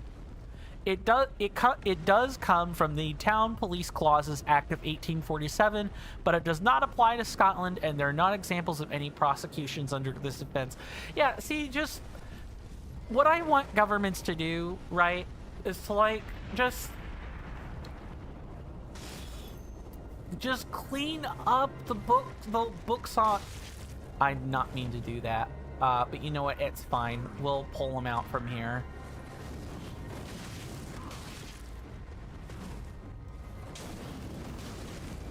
I'm going to die if I do not pay attention. There we go. Because that sounds exactly like some laws that were on the books, you know, here in the States. And I'm not referring to, like, sodomy laws, which are, like, old for entirely different reasons. Aelin says, they just think England is so old that they have nothing better to do. Like, they've already figured out the big law, so now they just have to get to the most random things. It screams micromanaging, like a micromanager. Like, the laws there. And Mr. Jason, here's what I want you to do, okay? When Aelin and I are talking about this, I would like you to smile and nod. Nod along, Mr. Jason. I don't want you getting in trouble for, you know, disparaging even old laws on the books. Because I'm pretty sure the UK does not have freedom of speech. You have like a general grounds for things you're allowed to talk about, but I'm pretty sure you don't have that. So I want you to be very careful and be the, well, I know how the UK does it. That's all I'm allowed to say.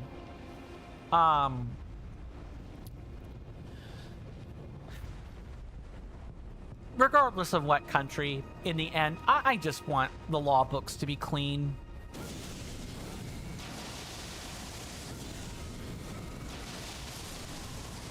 Nice. 2-for-1 special.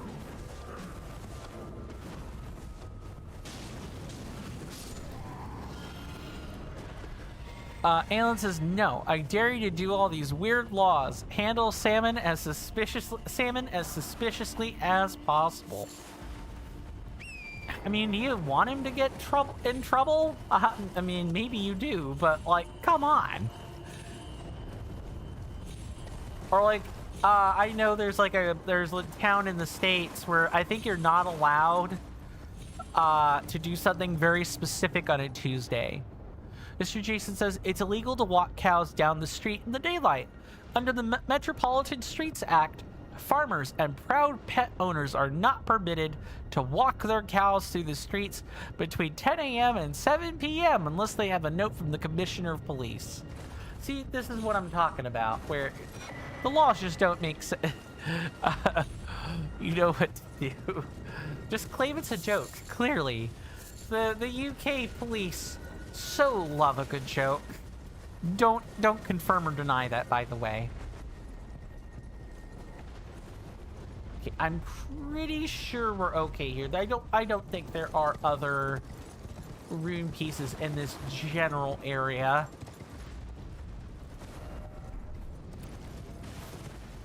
And then we get 2 very quick splits done.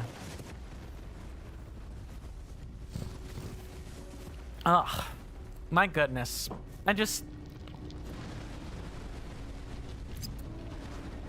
Weird laws, weird food.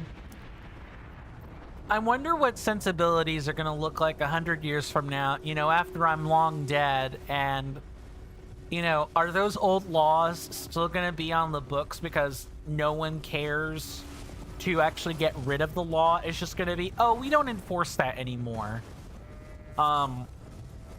And, you know, those kinds of laws, you know, build up to be like 100 plus, you know, 100 plus statutes in the book when it could just be like 40 or 50 in the book instead. It's less for the, you know, police or, you know, state patrol to have to memorize.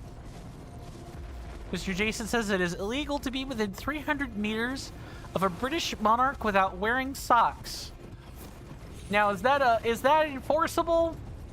Because, oh boy, I would like a sitting U.S. president to fall under those rules. I'm pretty sure he's, you know, he walked Queen Elizabeth down the royal carpet without so much as socks on. Now, let's get him on that. Or something. I think there's a rune piece up here. I need to try to, like, remember it. No? Okay. Do it. Do it. Adstorm? Rainstorm?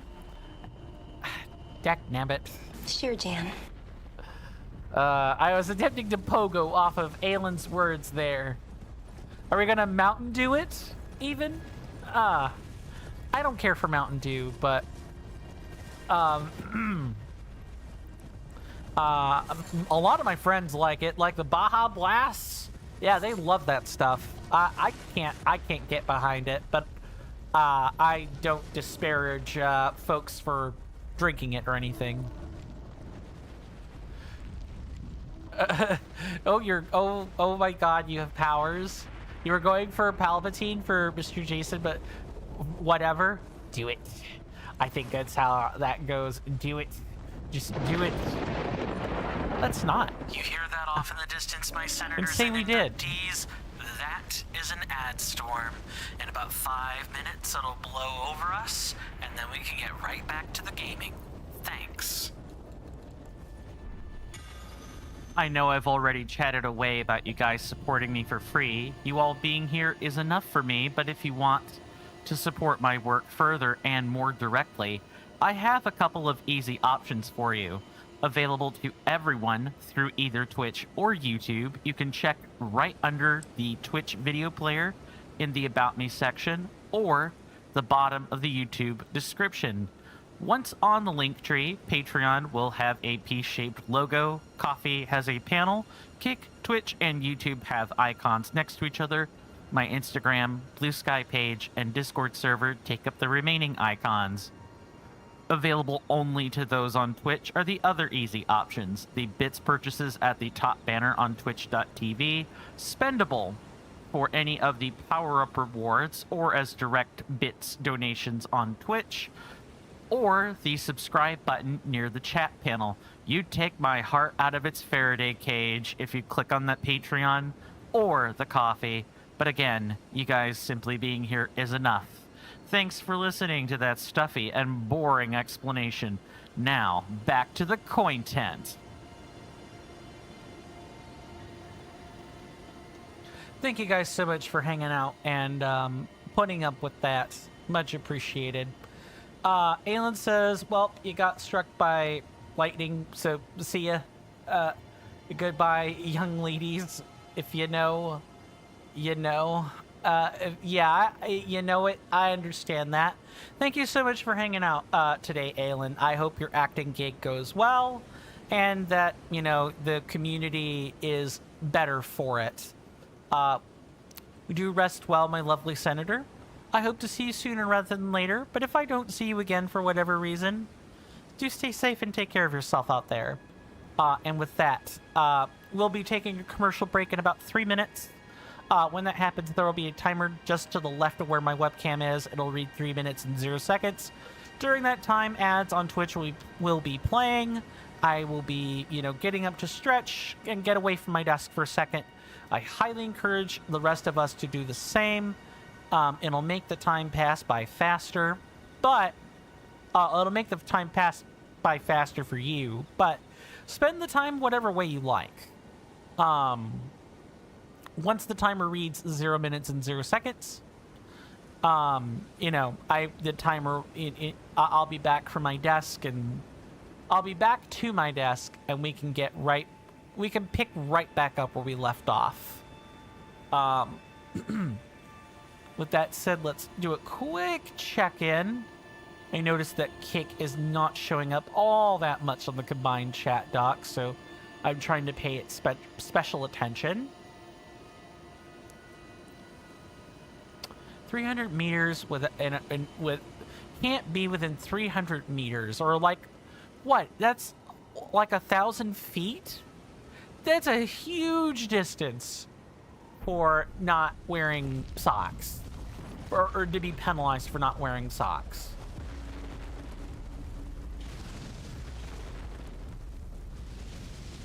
I need to be prepared for this thing to like jump.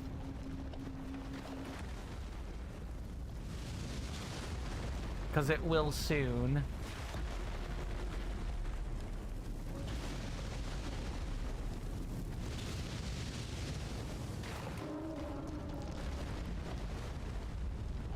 Yep.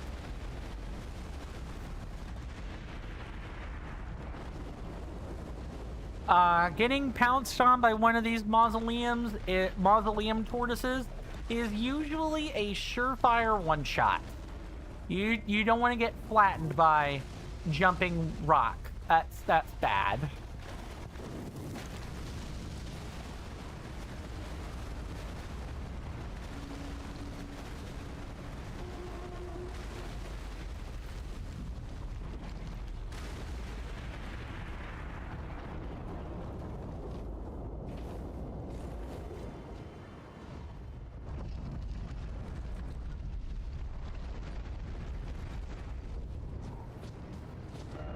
I wish these would be marked after completing them, because the mausoleum tortoises are all in fixed positions. But we can talk more about that after the commercial break. See you guys then.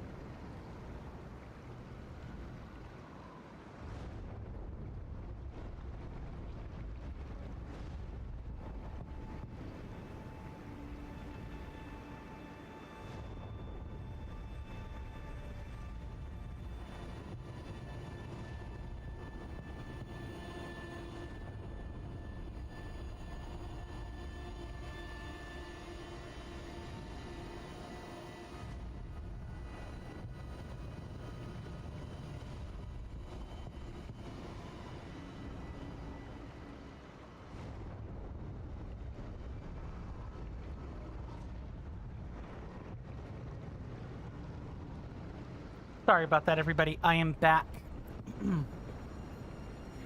I was just getting the materials to get my cup of coffee when I had a spill I had to clean up.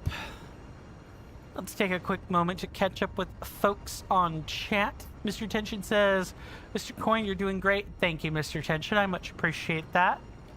And I don't see anything on the purple app before I answer this. Yeah, the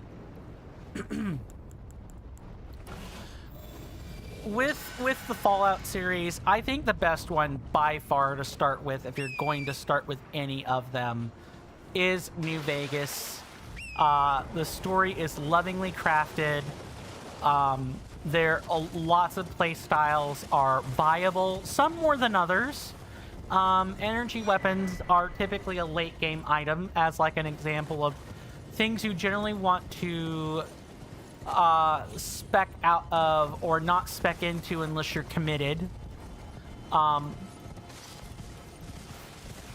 And the same is true of explosives. You kind of don't want those to be a mainline thing you're doing, you know, unless you've got like a way to make a lot of them or make them almost infinitely. And baseline New Vegas does not come with that.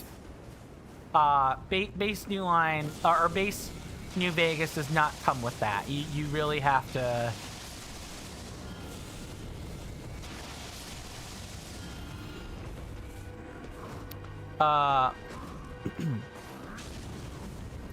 You really have to like prioritize guns or melee weapons. I think guns are going to be easier to start with. I also recommend getting it on the computer as opposed to any other platforms, because if you get New Vegas on the computer, you can mod it. And if you got a halfway decent computer, there are some amazing mods, both in terms of like overhauls or character mods or something else. It's a lot easier to do that if you're on a computer, generally speaking. Whereas it can be very, very, very difficult to do if you're on a console, or in the case of the PlayStation 5, absolutely impossible. Or maybe both. Actually, might be both. But it's like really hard to do this on console, so I personally could not recommend I could not recommend the console versions too much, unless you just want like a cheaper or like a controlled experience. Then the console versions would be they're fine. There's nothing wrong with them. But why have the console version when you can have the computer version instead? And one might even be generally cheaper than the other, or New Vegas does kind of go on a lot of sales, that kind of thing. I could go on and on. I've spent lots of time in New Vegas. It's one of the games I've beaten, actually. And I do sometimes have a bad history of not doing that. Because I'm super streamer brained when it comes to that.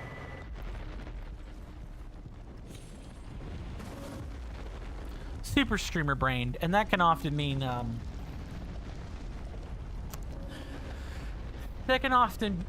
me missing out on a game or playing it in my off time because I'm too concerned about bringing it on as like something for the audience to experience.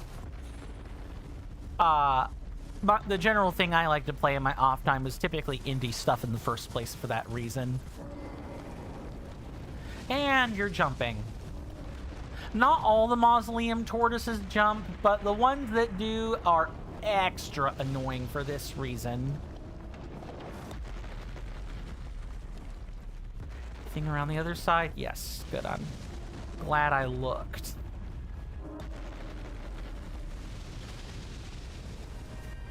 No, there's one around this other side here.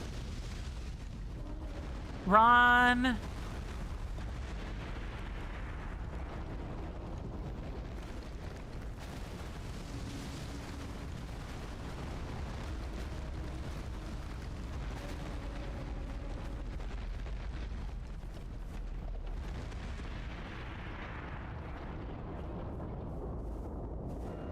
Cool. Well, that's done and dusted. Now we just have to get some of the more dangerous room pieces, and we can, make our way over to some more interesting stuff. Maybe I might use the time to, like, catch up on notes.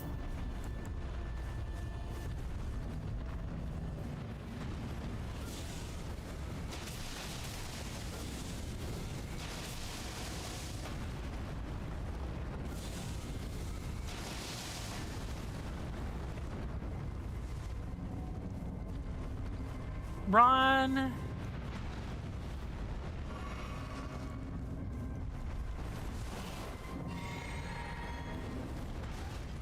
Nice.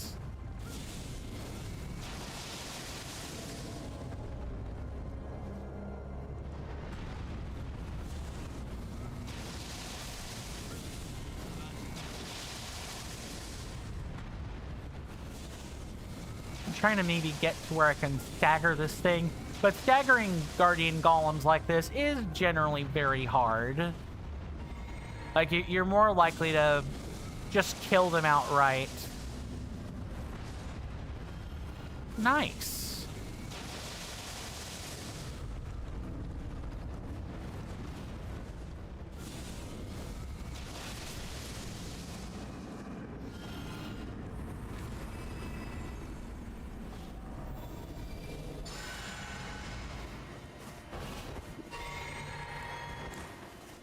Don't worry, we're not going to be doing, we're not going to be going too far before we rest back up. Because the next boss on the split is one of Reforged's gimmick, like, huge gimmick bosses. The Erdtree avatars were largely turned into a gimmick boss. That one has the gimmick of having two crystal or physic tier effects on it. And they're very annoying to deal with. They're like extra annoying to deal with.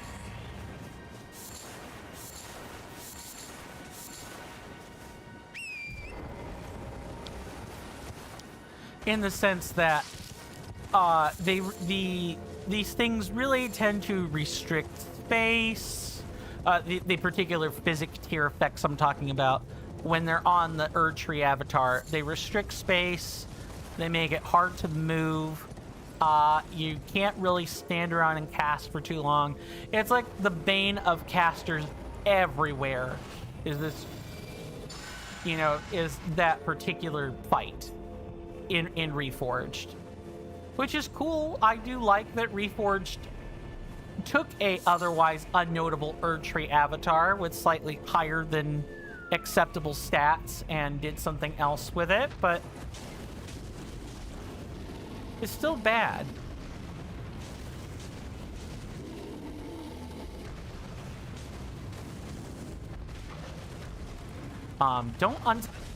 This, I hate the camera sometimes.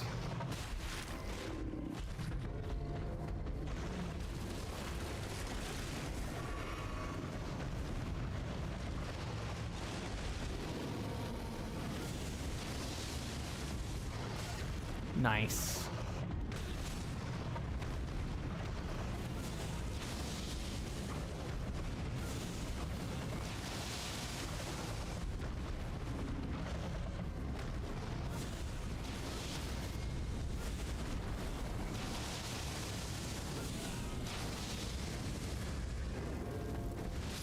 Bye.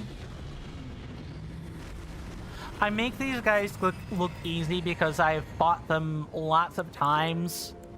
I still manage to die to them. Like, with the Thorned Guilty split, I can and sometimes do die to them. Rune Bears are not a generally fun experience. But I can, if I'm locked in, defeat them. There are some that have way too much health, though. At least they offer runes. Before, in base Elden Ring, fun fact, if you tried to fight a rune bear, and you did manage to successfully defeat it, you would get like 900 runes or 90 runes. Like, the devs were very clearly trying to make it not worth your while to fight them. Like, you should actively not fight them. Even if they're guarding something, it's just, whatever it is, the rune bear made it instantly not worth it. Which was really stinky. So I'm glad that Reforged did, make fighting rune bears themselves worthwhile.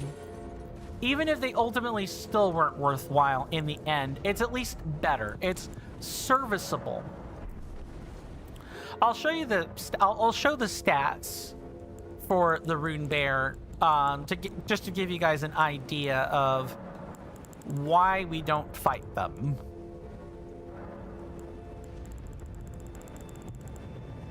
No, where is this? Rune Bear, right here. Enormous and formidable bear, sometimes found in small familial groups. Only the most stout-hearted of warriors dare hunt these beasts. For the lesser hunters are quickly ripped to shreds by their claws. It is said that even lesser dragons might fall to their fury. Oh, right. Yeah, we need 7 more kills. We need 9 kills to expand the entry, I think. Look at that. Look at that variance. 2,800 or 2,686 for the low end, all the way up to 16,115 health at higher rune level, with a poise between 700 to 950, which means it's really difficult to poise break them. Makes sense, they're a large bear. But yeah, those stats alone, never mind resistances. And this is with, this is even accounting for the fact that we have an easier time killing them. These guys would be something I would definitely not go out of my way to fight more than necessary if we were doing like lightning spells or something. I would definitely not do that. Not worth it. But yeah, these things are hefty. I am going to pause the game real quick, and I'm going to go get my creamer. My coffee should be just finished making by now, so I'll be right back. I am going to play a small 30-second ad, given I know how much how slow I can be walking this stuff out. So I will make sure I have a hotkey for this. I do not have a no, I do have a hotkey for this. It's this right here. I will see you guys in about 30 seconds.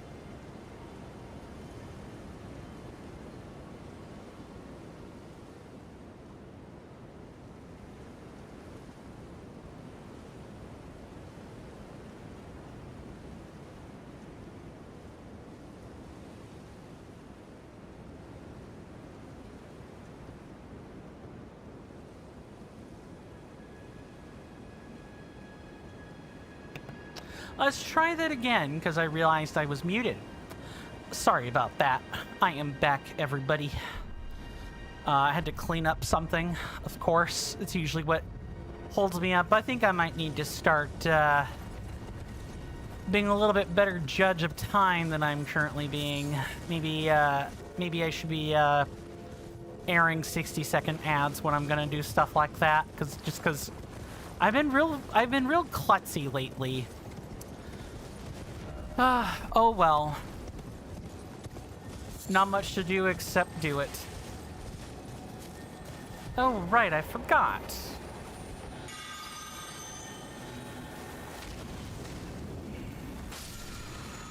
Just make sure I've grabbed the... There's some things that I'm a little bit less confident I've grabbed the codex entry for. So in those instances, I'm very much I'll just spend a mark and do it anyway. We will be very likely to get supplies back to do that again sooner rather than later.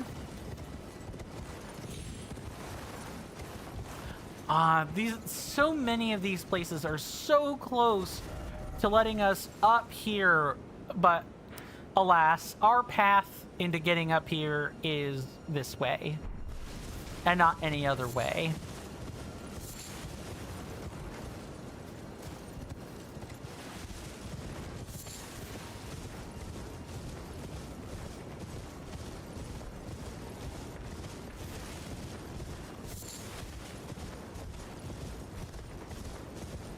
Okay, so before taking anything seriously, we're gonna rest first. Maybe break down some stuff while I'm here.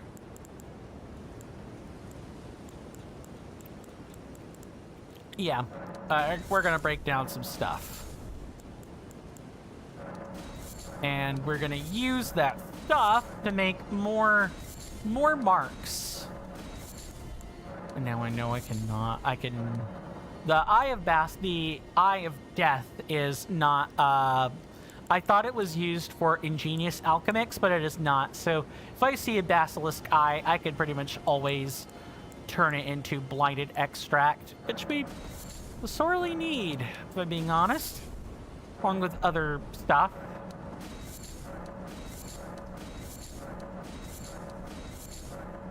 Go ahead and do that.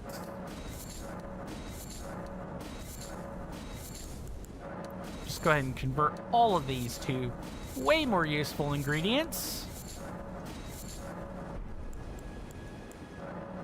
Sure, rocky extract or whatever. Actually, what I will do is we'll just make like 50 of these, and then we'll convert the rest into alchemic. Cool. Fantastic. We'll make like 20. That should hold us for a while.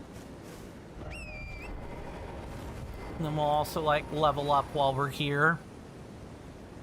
Because holding on to runes in a very difficult fight is also not generally a good idea.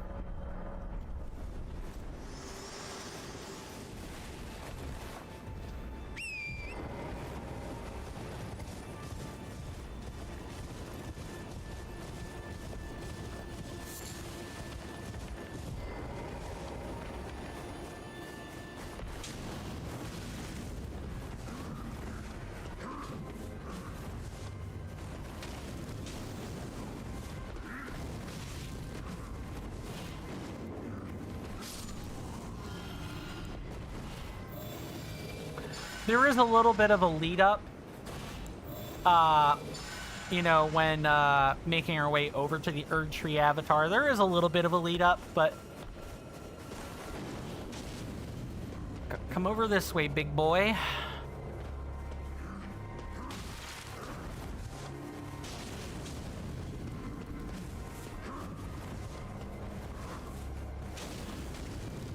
I swear, you know, Arnold Schwarzenegger back in his younger days had more grace than these ancestral warriors do.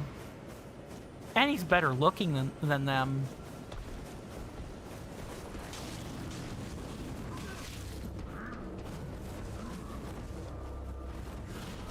Nice. I've got to stop face tanking stuff. That is a borderline unacceptable. Especially because we're getting into the section where we kind of need,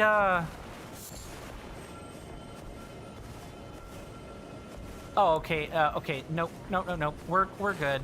Well, you're definitely good here. I will bear in mind that that is over there.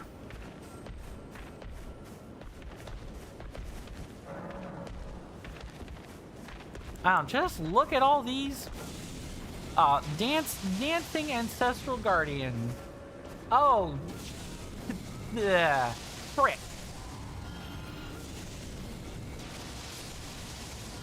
Nice. I gotta be careful and not lure a whole, you know, a whole bunch of enemies over to where the scarab is.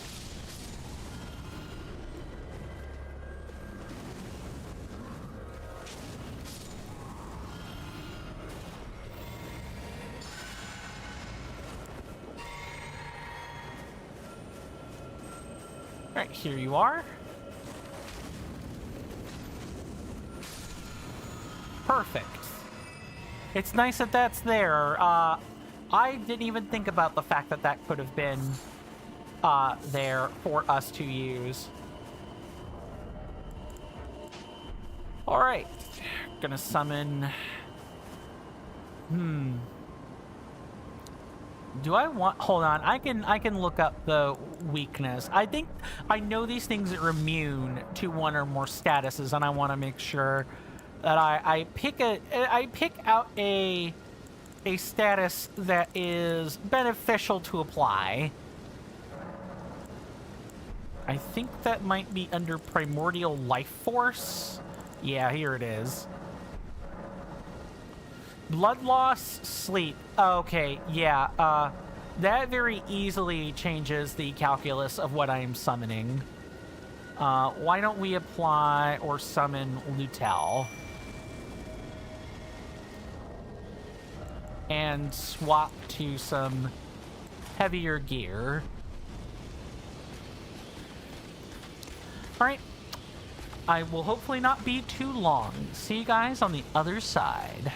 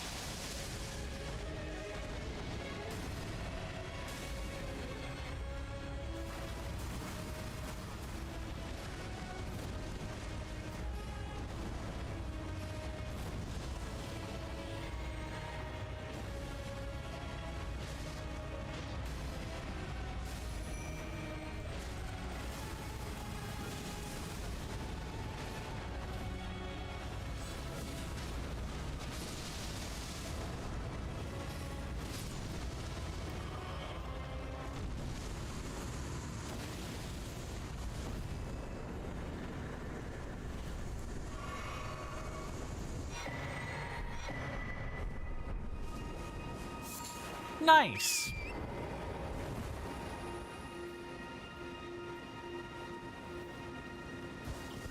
No death, because we got we got the much needed, much necessary resupply. Yay!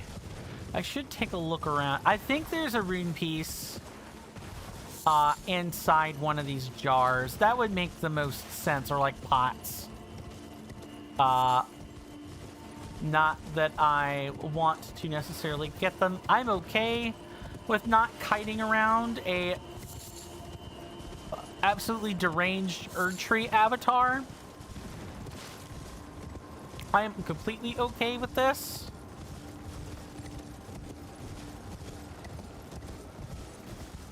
But I do want to at least check and see if my suspicion is correct. There is, in fact, a rune piece around here. I think if it is, there's no way to confirm that now. Not without a colossal weapon. I think colossals are the only ones capable of breaking stuff like this. And even then, I'm not 100% sure. Okay. So now we're going to go back this way. I think. Right? Oh, wait. No, is this a weird way to skip? Hold on. Have I found intended strats to do the rest of Eastern Liurnia? Say it isn't so.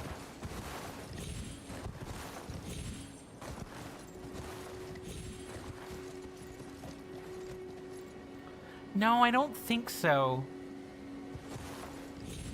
So what, we would jump on that and find our way up there? No, that's too high.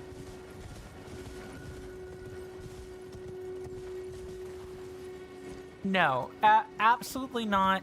There's no way to, like, reverse grave hop onto the cliff face. I'm pretty sure Kernifer, Evian Company would have known about this and would have gone out of their way to make that impossible. There's an intended path to get up there. That path is through here. You have to literally traverse right through the academy to get to it. I'm gonna stir my coffee real quick.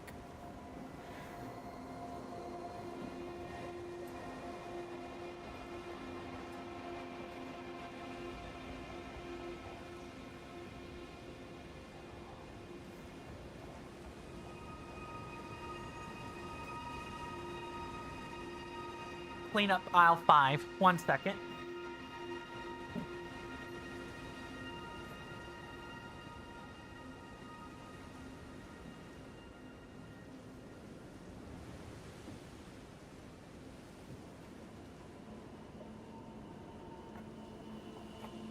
I've got an office, so I can do things like keep paper towels on standby if I make a mess.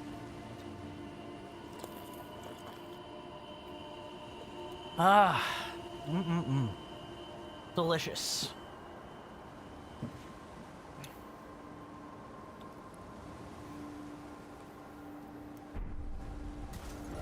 All right. I don't see any avenue to bypass this. Maybe this here. We'll give it a try. I'm kind of curious to see if there is a possible sequence break. I don't think there is, but I'll look. Okay, so that in theory would be through here.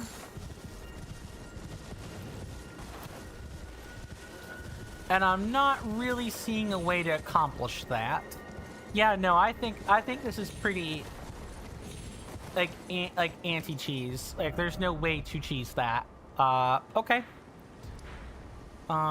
Guess do this then. We will have a Rune Bear night that we're probably gonna... a Rune Bear night! Whoa, that would be an interesting boss. No, I don't want to fight one of those. We do have a Rune Bear, though, that I am going to have to try to take out. Or make the determination if it is worth taking out or not. I'm dead. I am not dead. Yay, for no death. I do hope everyone has a wonderful weekend, you know, regardless of what you do and don't have planned. I hope it's a little bit more exciting than mine. And by exciting, I mean exciting in a good way and not like mortally dreadful or terrifying in those regards. I mean like real, genuine, happy excitement, not terrifying, dreadful, fearful excitement. That's what I mean when I say that. Just to make it abundantly clear that is the stance, or that is the opinion I'm taking.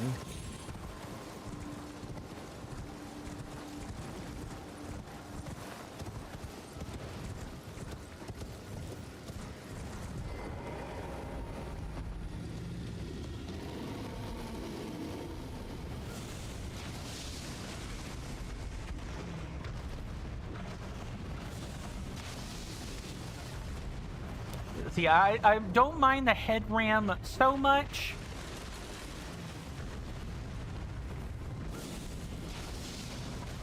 It's the claw attacks I don't like. Because those inflict bleed.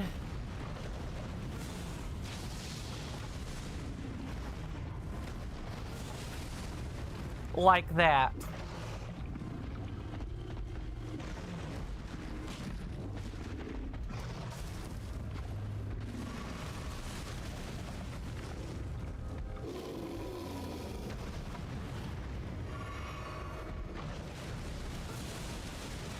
Really? 2 headbutts right in a row? Come on.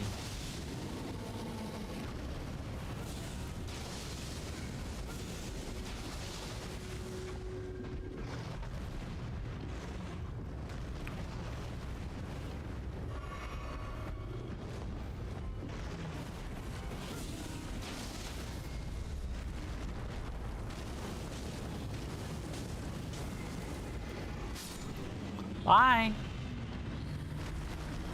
Well, that's not, an unfortunate turn of events at all.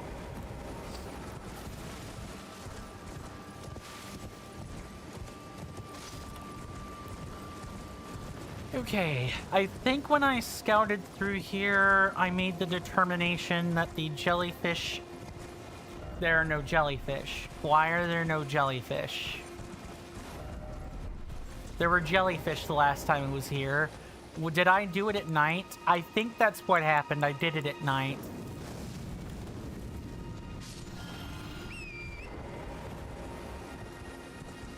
Yeah, I think that's exactly what happened.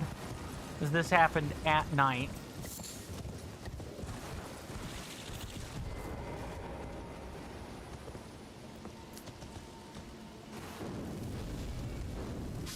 I don't think so. Get your dragon head out of your butt and leave me alone. Don't bother me, dragonfly.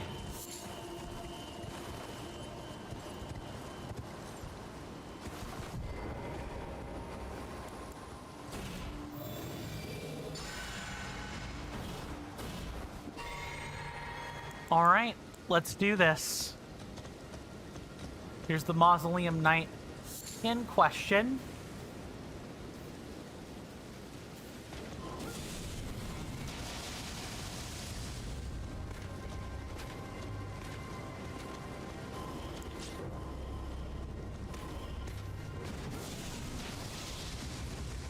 See, this is the part I don't like.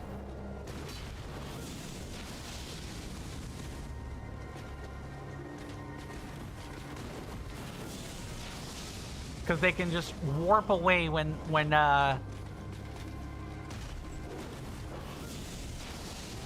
like that, and getting hit with Death Blight is not great.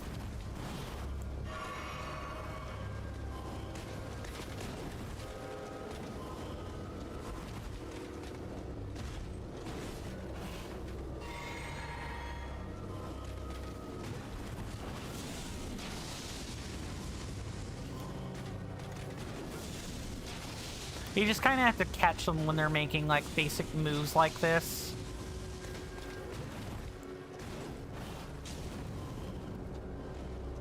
Like, get good at retaliating against them.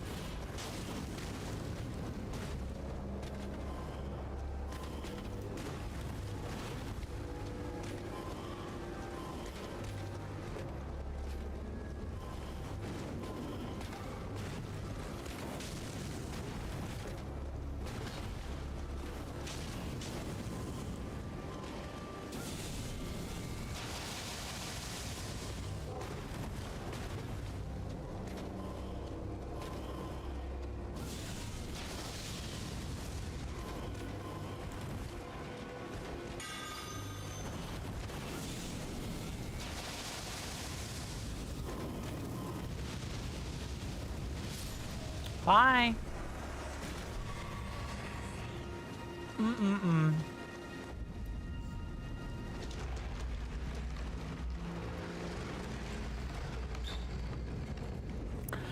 This place. This place has not one but two bosses, and it has the distinction for being one of the more annoying areas for which two bosses are contained in. Why? Because there are necromancers, commoner necromancers in here, that like to reanimate the skeletons. Like, they don't actually have their one death, or they don't come back to life if you leave them alone. They just all come back to life until you kill the necromancer. Yeah, awful stuff.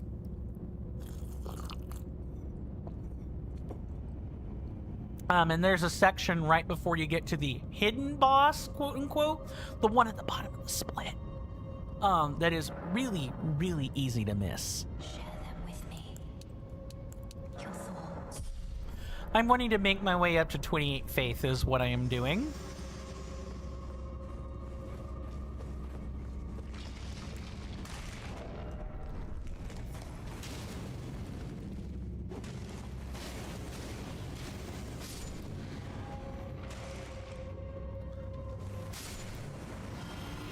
So see, not that one, right?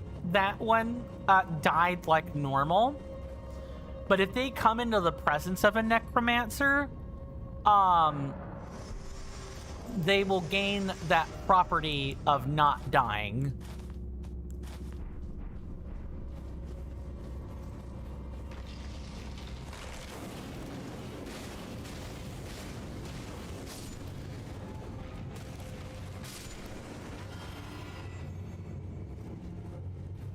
Also, that's not the only thing that's here that's dangerous.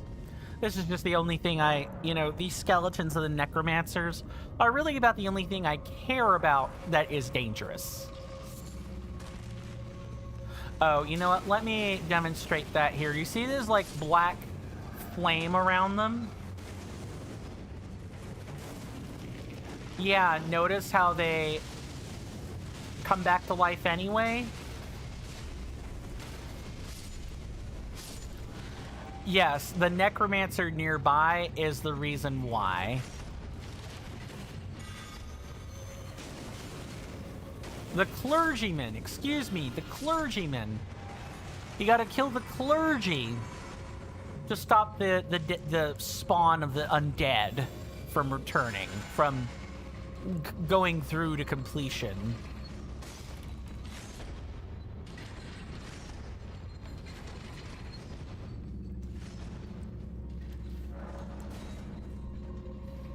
And you want to kill the clergyman first before unlocking this room with the stone sword key, or you will very much end up overwhelmed in the future.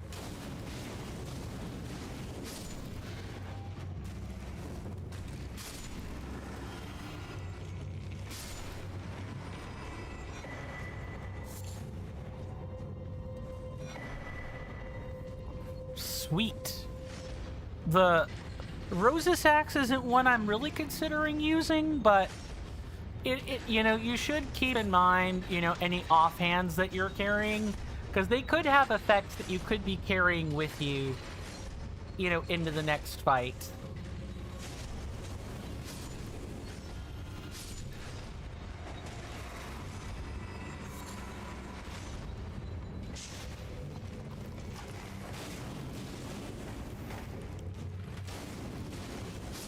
I gotta be careful.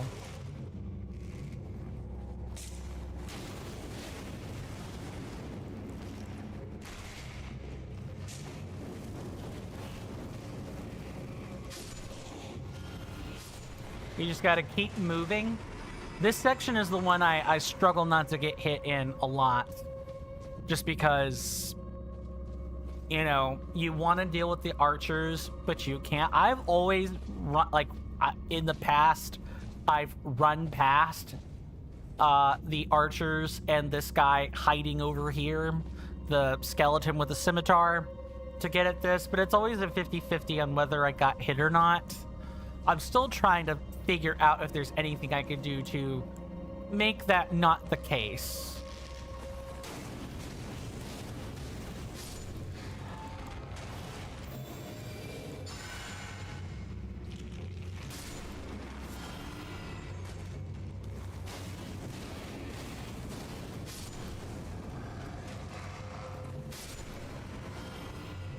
So here, right here, is where the secret boss is.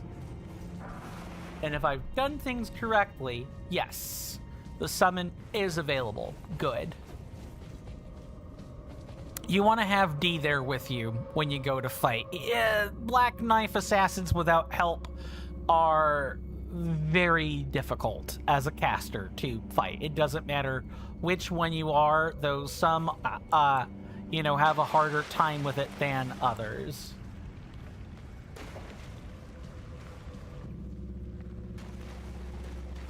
So let's deal with you.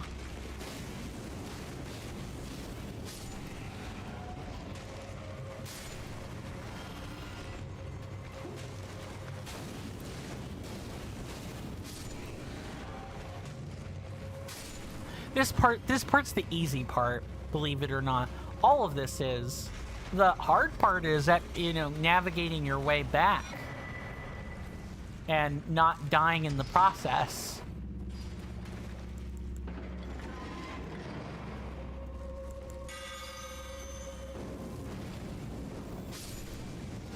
Baby back, oh, wait, I'm sorry. Those are baby black crabs. I was about to sit here and say baby back crab, but that's not correct. That is literally the... You literally cannot have baby back crabs. That is not a thing that can happen. That would be hilarious. That is spit. Okay. Cool, it's not death blight.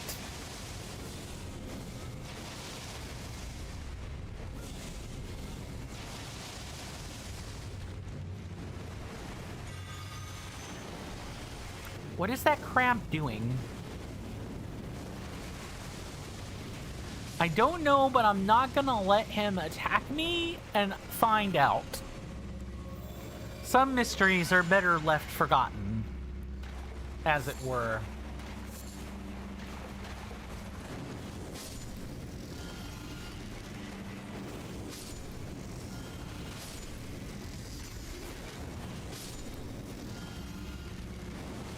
You can also use this room as like a giant FP refilling room if you want to. You know, if you've got the sacrificial axe, which is, you know, the sacrificial axe and the fur raiment are pretty much like distinct requirements if you would like to, you know, be a serious FP gamer. Thank you so much for following. We do keep follows. Oh, never mind. And then there was a ban. Unfortunate. Thank you, Saribot, for banning that person. Or that bot.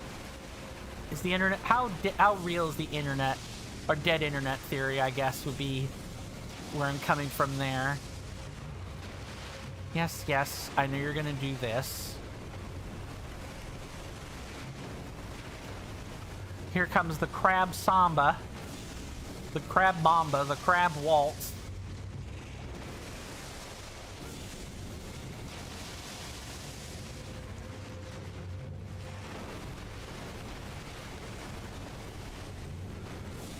One more time. Bye-bye, black crab.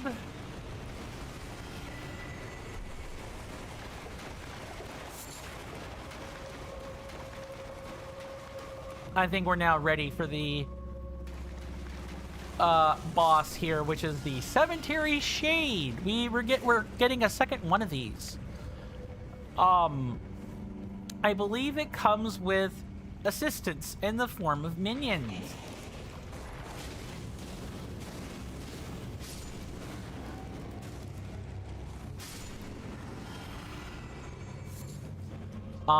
Which is not great. Usually the protocol for anytime there's an ad fight is, unless it's like consistent, constant spawns, just like kill ads always kill ads. You could die to those types of that type of stuff.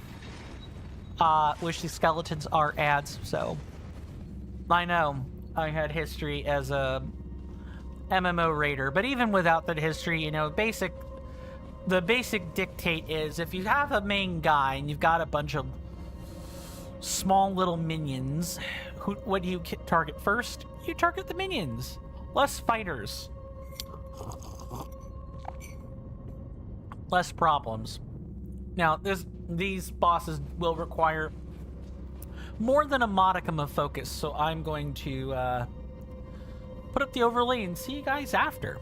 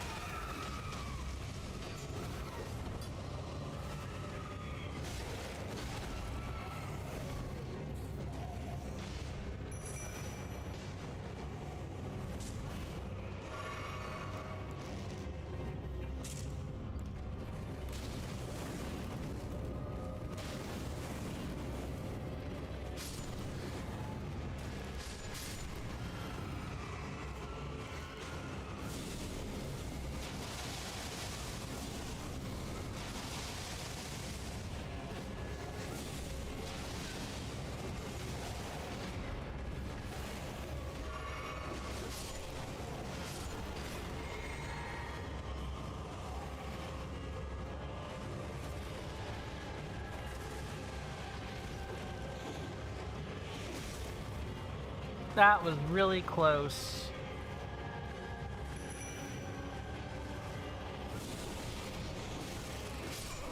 I'm dead anyway.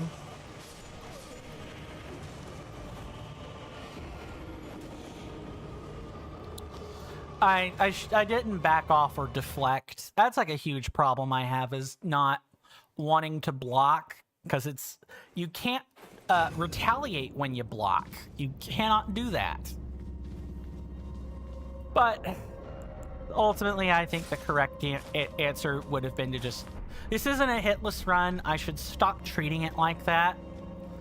Now, that doesn't mean I should suddenly forget the hitless rules are there. But I do think that I would be better off,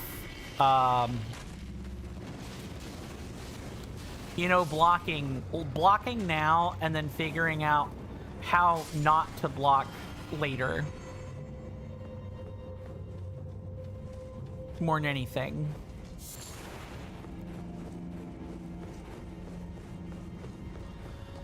Okay, I'm gonna have to... Once the advertisements... actually, I should do this now before it's too late.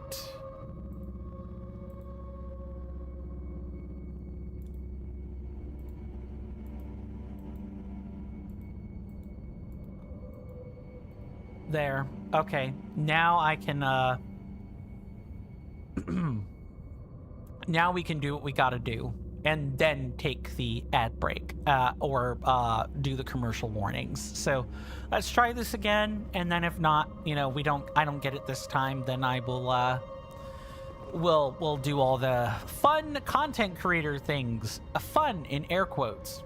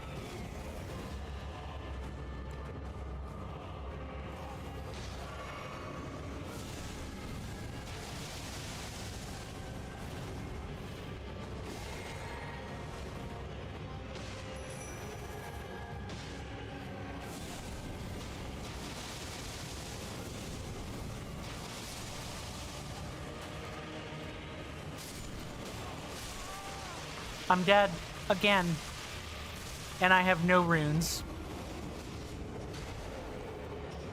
So it happens when you get hit by the cemetery shade too many times. Okay. Need help if my coffee mug were not in a place obscuring my screen. Here we go. We're just going to do this manually.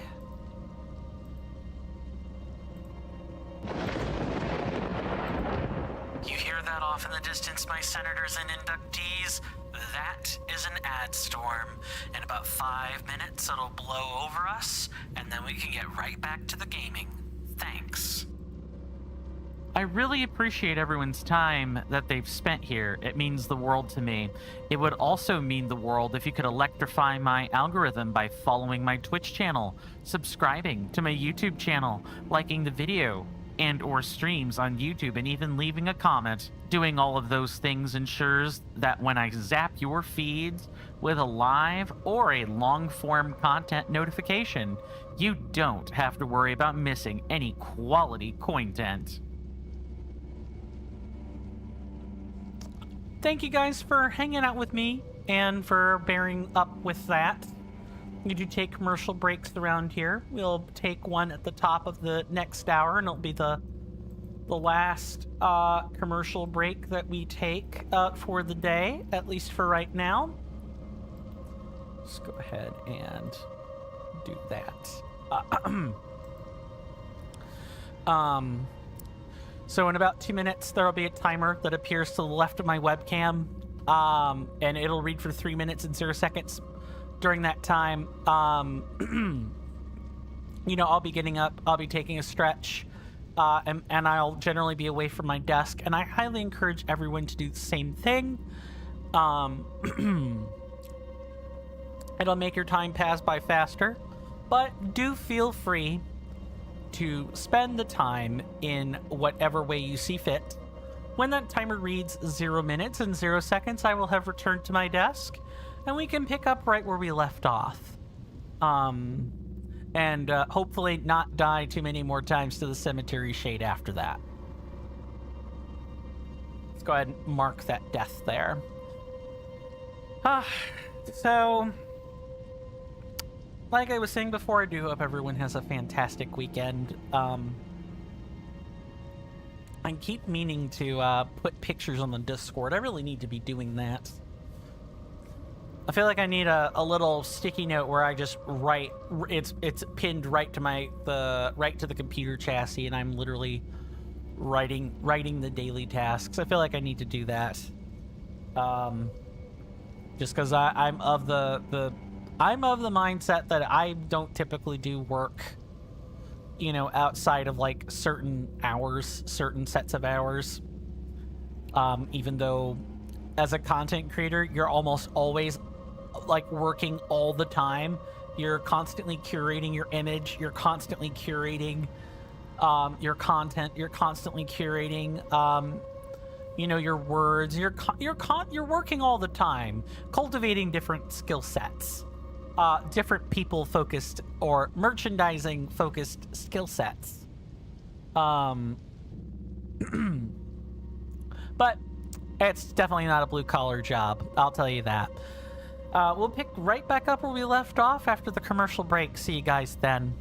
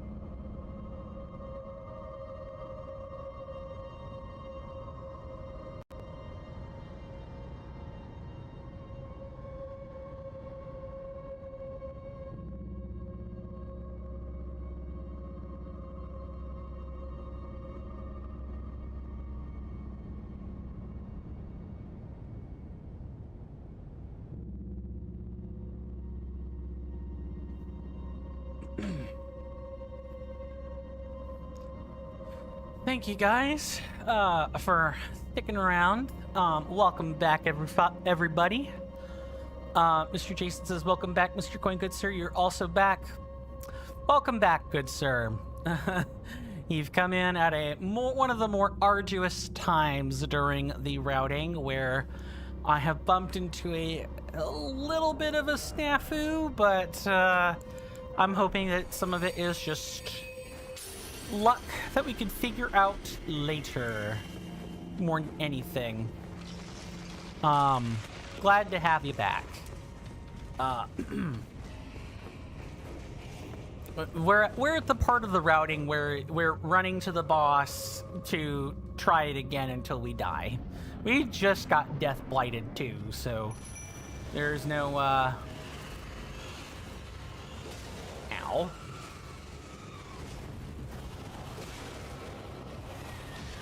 Yeah, sometimes if you just start on the wrong foot, it's game over.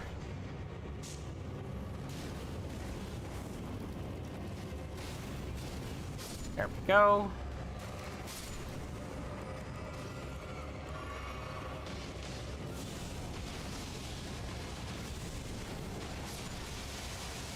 And this thing's like a huge meat grinder of a creature, and I am... Oh! Yeah, we can't be having that skeleton there.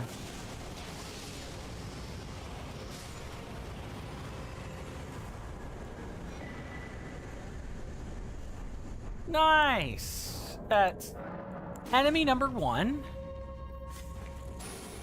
That only took 2 deaths too many. Thank you for the GGs.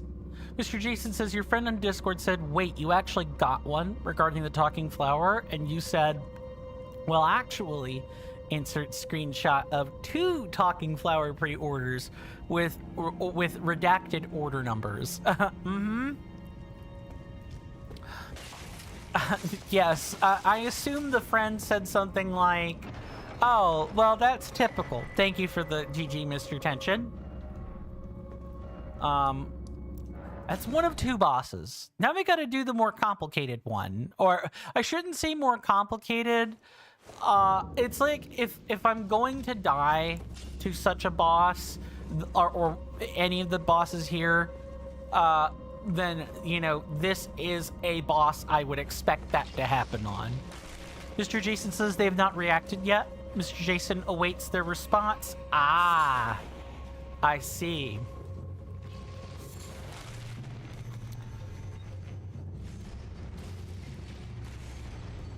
Let me just quickly... no, I'm now like a chicken with my head cut off. This position that we're in. I was afraid of getting clipped like that.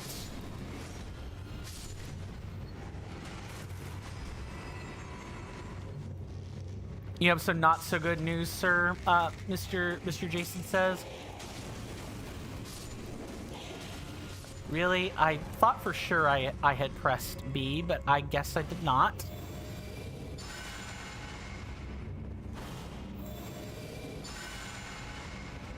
What sort of news is that?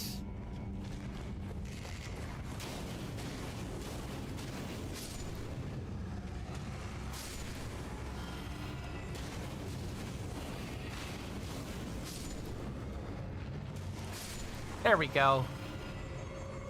All charged and ready to go. And yes, we do have to make this run through every single time that we want to challenge this boss again. This run through is one of the worst, or not one of the worst. There are worse run throughs, but it's bad for the segment of the game that it is in. Mr. Jason says, with the meal that your family was going for tomorrow night, one of your family is not very well at the moment due to sickness, and so we've decided that it is best not to go. Although, since it is Mother's Day, your mom is still wanting to go, and so you're going to give her some money for it. Yeah, you're putting the decision in her hands, right? She can choose to do that or not to, depending on her health. I can respect that. I can totally respect that. This is the reason we do quests, everybody. Imagine not doing any of the quests and then having to fight these bosses all by your lonesome. They would suck. Doable, but they would suck. I don't know how people would do this hitless, if I'm being honest. There's just a lot to do. Alrighty. Time for the focus overlay to come by once again. I'll see you guys on the other side of this, and hopefully it won't take too long.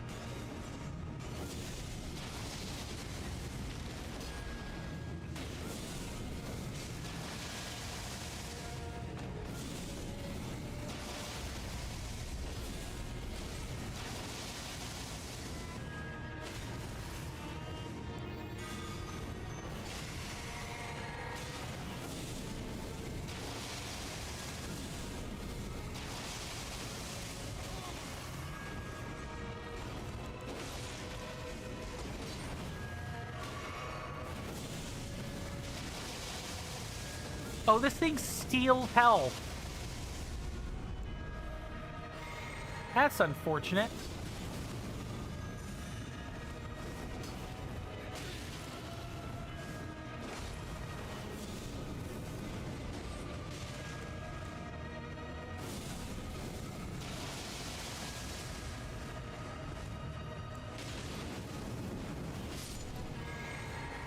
Oh, that's not great. All right.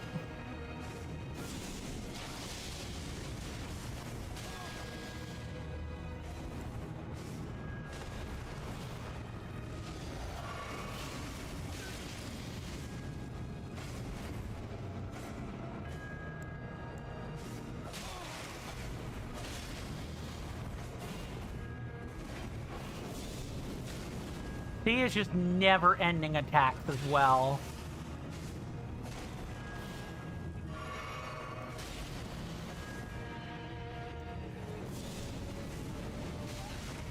He just never stops.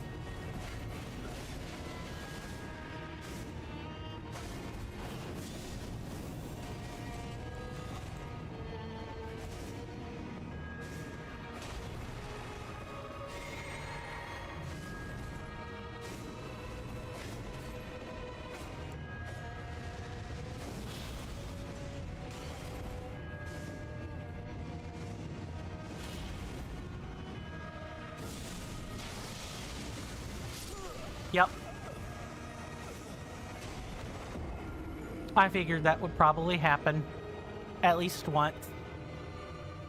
I think you know, it's probably just luck. It's probably absolutely just luck that happened.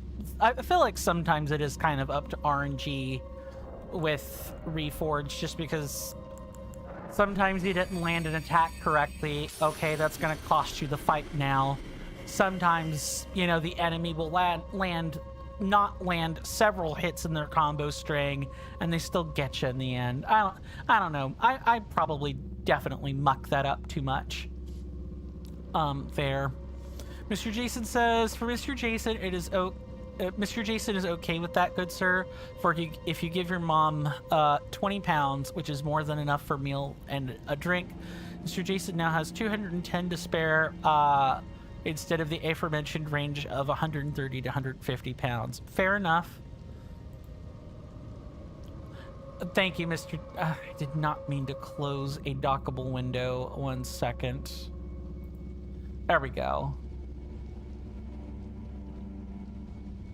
Yeah, perfect. Okay, I that's what happens when you use stuff left-handed when you're right-handed. I feel fairly confident that I have this. It's just, you know, you can't ever feel so confident in this game that you end up that you take anything for granted.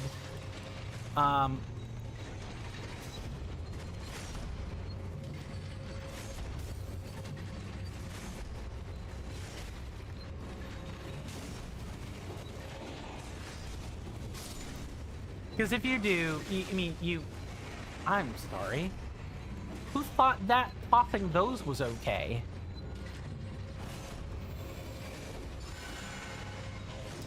Mr. Jason says the streamer Jen streams is playing Pokemon Pokopia the other day, and she fell into lava, and Mr. Jason says...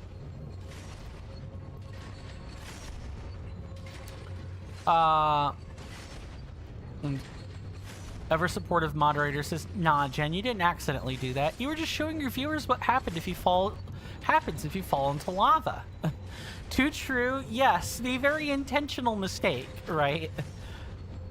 I'm glad she agreed.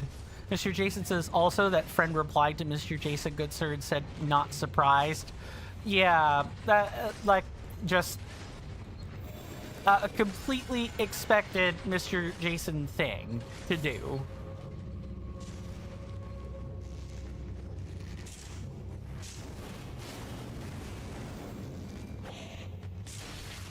Nice.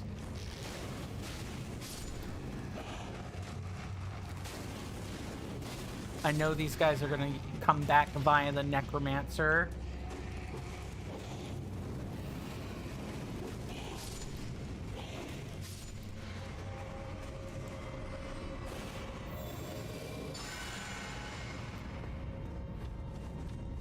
Sorry, I'm like extra focused in case no one could tell. Yeah, you silly skeleton.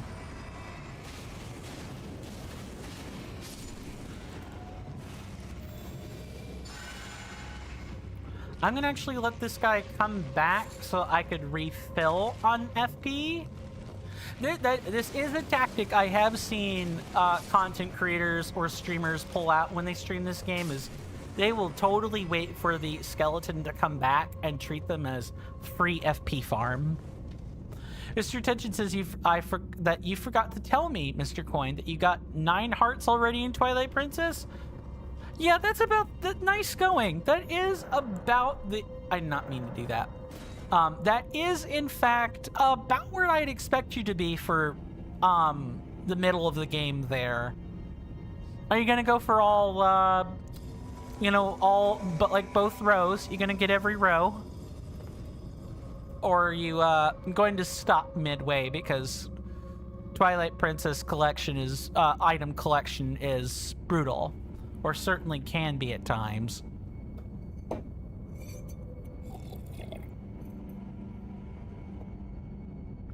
Might as well wait for the statements to come out before stepping into the gate there, because once I step into the gate, it's focus time. Mr. Jason says, oh, Mr. Coin, said compromised person on Discord, you also left their Discord? Okay. Very well, you're keeping yourself safe. I don't have a problem with that. Mr. Tension says, yes, sir, you're going for 100%. Good luck and may God be with you on that. But I hope you won't need it. I hope that your own skill and ability will be more than enough for that. That said, it is Foggate time. Let's try again and hopefully not have more than, I'd say, 2 deaths to this, shall we?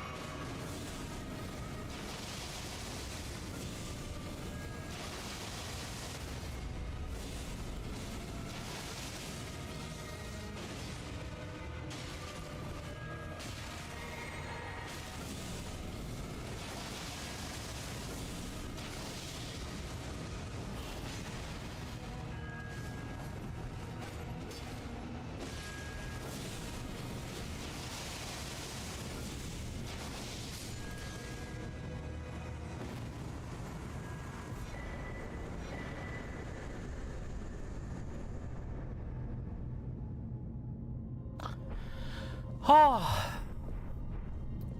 rough, but it's done. Now we get to go turn in a bunch of quests. Thank you for the GGs. Thank you for the GGs, everybody. Now we get to go through quest time, and we finally get to, well, actually there is one to two other spots probably, and that's all the way down here. We got this cave here, and then we'll be ready to go on that side of the map. But first though, it is time to talk. Thank you for the GGs, Mr. Tension. And you guys get to hear a bunch of text in the meantime. So we get story time. We get nice nice inviting story time for a bit.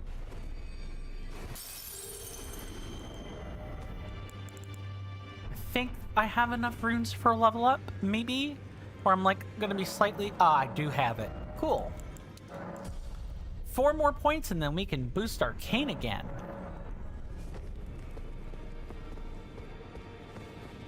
So first order business. Come up here to Sir Roger and give him his black knife print. Mr. Jason says, oh, Mr. Coin, did you know that there was an official Nintendo Switch in-car charger? I think I remember something like that being advertised fairly early on in the Switch's lifetime. I think I do remember that, yes. Why, anything particular, or are you just curious if I knew about it? Always good to see you safe. So, what do you need? This is a black knife print. I can scarcely believe you managed to get your hands on this. You recall our conversation about the Night of the Black Knives, yes? They say the assassins who carried out the deed were scions of the Eternal City, a group entirely of women arrayed in armor of silver under cloaks which fooled the eye. The knives they wielded, though, were imparted with the power of the Rune of Death through sinister rite. Please, I beg of you, lend me the knife print for a time. I'd love nothing more than to tease out its secrets.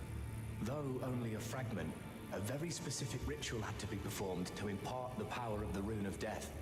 Traces of the one who performed the rite are sure to remain in the imprint.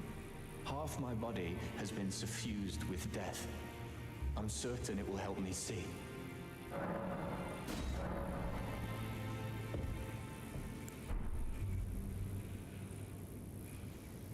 Mr. Jason has one? Ah.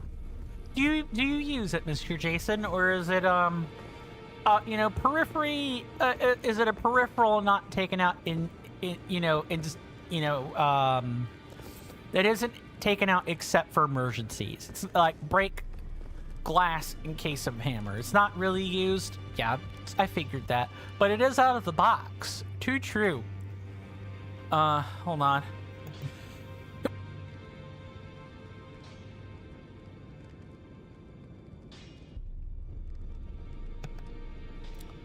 Oh man, oh, I held a sneeze. Yeah, that's seeing colored dots. That's gonna do that to me.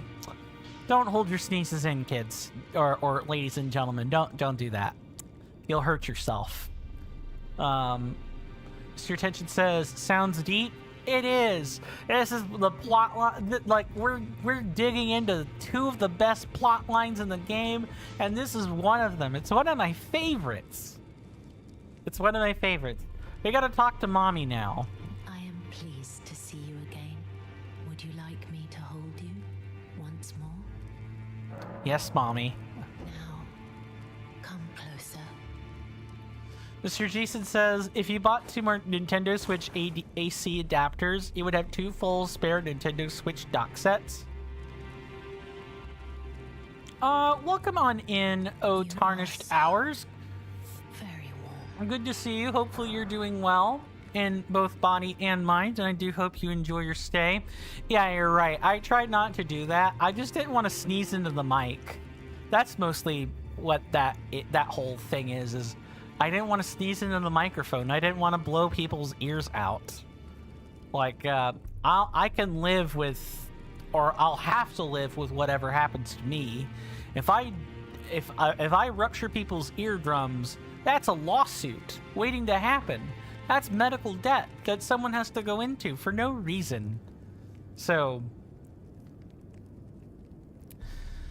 risk assessment, everybody.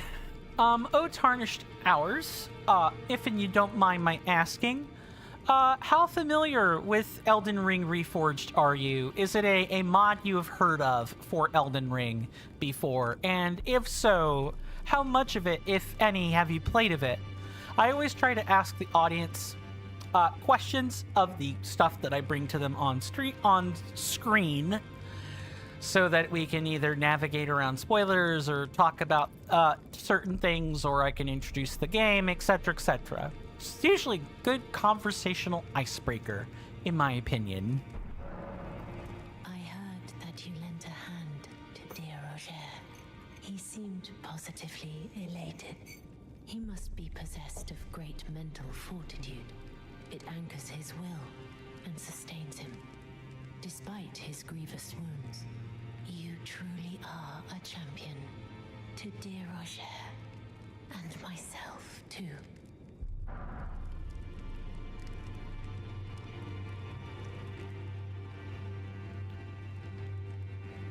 Then good day to you, my dear. And we need to do this so that we can get access to, like, the real ending that we want to choose. For those that don't know what we're doing, welcome. This is a routing, which is to say not a real run of Deathless, all content, fire spells only, Elden Ring Reforged. It's not a bona fide challenge run. We're scouting the game out so that we know what to do when a real run is being performed. Oh, Tarnished Hour says, you've seen some gameplay while watching a stream where the one playing compared it to Garden of Eyes, but not very much. Oh, the forbidden mod that must not be named. Very good. Yeah. People that have made this particular mod are honest people that do not put FromSoft assets behind a paywall, whereas people that are playing Garden of Eyes have. It's not as bad as those who made the unalloyed version of Reforged. That person can F all the way off with their plagiarism and petty theft of files. But yeah, Garden of Eyes is not looked on very fondly by the Elden Ring modding community because it could get Sony looking at all of us really, really hard, and we're not going to like it when they do. At any time, if Garden of Eyes doesn't change its payment structure or get its act together, Sony could say, yeah, no, we're done allowing this.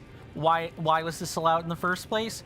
Oh, yeah, no more contract deals from FromSoft, and FromSoft will probably take an anti-modding stance on future projects moving forward instead of the, what mod? Where mod? What mods are we talking about? Oh, can we talk about the game that we've made instead? Or, you know, the lore surrounding one of our wonderful franchise entries. I would love to talk about that instead. I hope people get the stance I'm perpetrating when I say all of that.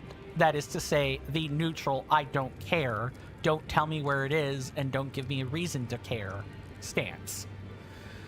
Mr. Jason says, you also have a Joy-Con charging stand two-way, and while it can charge Nintendo Switch Joy-Cons, you bought it just for charging the NES controllers for Nintendo Switch, specifically because those controllers look odd on the side of the Nintendo Switch.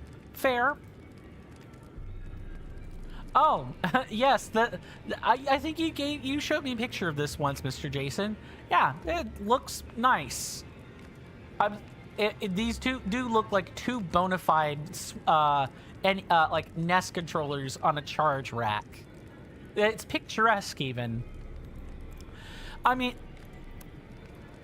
I'm glad that we all find that funny, and I'm glad that you found that funny, Mr. Tension.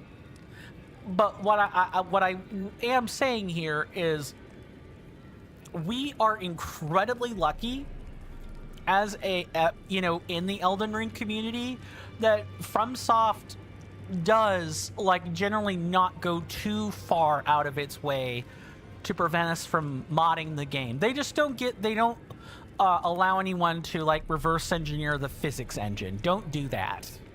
We're allowed to know what that physics engine is, but we're not allowed to actually work anything in there. Like that's not a thing. But Garden of Eyes, how do I word this? And I also don't want to yuck someone's yum. You know, if people like Garden of Eyes, that's fine. I don't have an issue with people playing Garden of Eyes. I have an issue with the ethics that surround Garden of Eyes. If the ethical problem were fixed and the mod authors, you know, did like an actual sincere apology, I could forgive. You know, I could let live. Because none of us at the end of the day want Sony to clamp down on modding. None of us do. But they're one of the ones that get Sony's attention when they do actually lock the mod behind Patreon or Coffee. Like, they actually wall their mod off. That's not okay. That causes problems for the rest of the modding communities, not just in Elden Ring, but elsewhere down the line. Companies would be like, I really don't want that to happen, so we're just not gonna allow mods. It should be awful. But I suppose if I were to juxtapose this mod to another mod like the Convergence, and this is the last thing I want to say before I advance dialogue,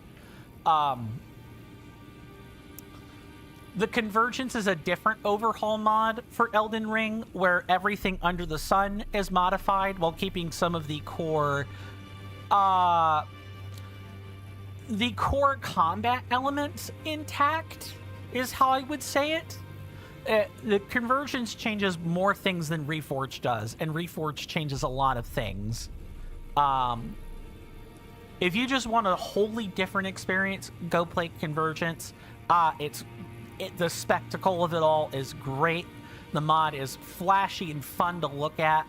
And if you like magic spells, you will like Convergence. If you're more of a Vanilla Plus person, you'll probably like Reforged. I would recommend giving Reforged a try. If you guys want to know, you know, how to get access to the mod, if you guys type in !ERR on Twitch, *ERR on YouTube, or !ERR on Kick, which I will demonstrate right now.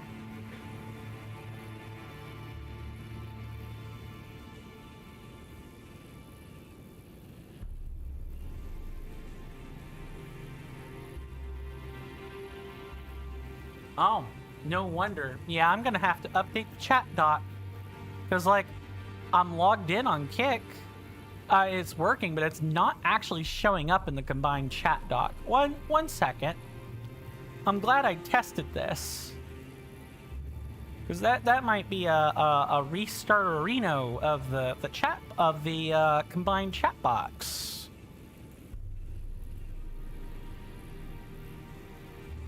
Fresh cache of current page. All right.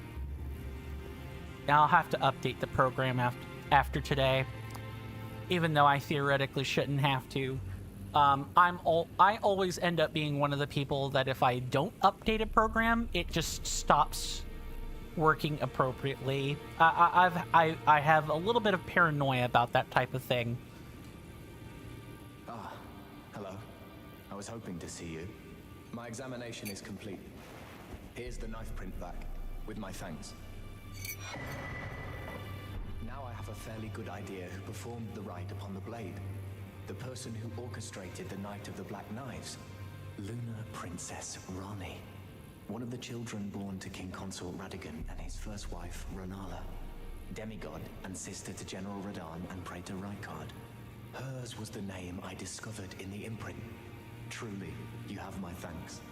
But if I might be so bold, I would like to ask something more of you. If Rani truly is the one who plotted that fateful night, then she should bear the curse mark of destined death somewhere upon her flesh. I would like you to procure it for me, and then all will be laid bare. I will have the answers I have sought for so long. Before that happens, don't worry, Mr. Jason, I have not forgotten. You just realized something, Mr. Coin? We are now 29 minutes past Mr. Jason's talking flower has finally shut up time. Yay. It really feels like you should just take the battery out of it and let it be a window decoration rather than let it jump scare you like that. In my personal opinion. I have some idea of Rani's potential whereabouts. There's a manor to the north of the Academy of Rea Lucaria. It is the familial home of the Carian royals from whom Rani descends. There's been talk of the old royals' vassals gathering there in recent years. Rani's whereabouts since the shattering are a well-kept secret. She hasn't been seen even once, but I suspect she might have returned to the manor in which she was born.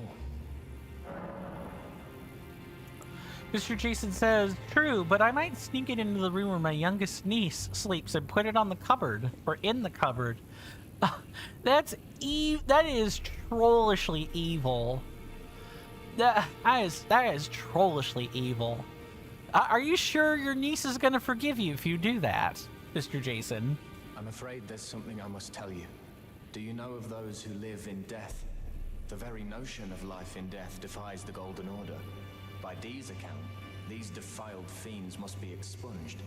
But truth be told, I seek the curse mark to save them. You may find this peculiar, but I discovered something in my examination of the Knight of the Black Knives.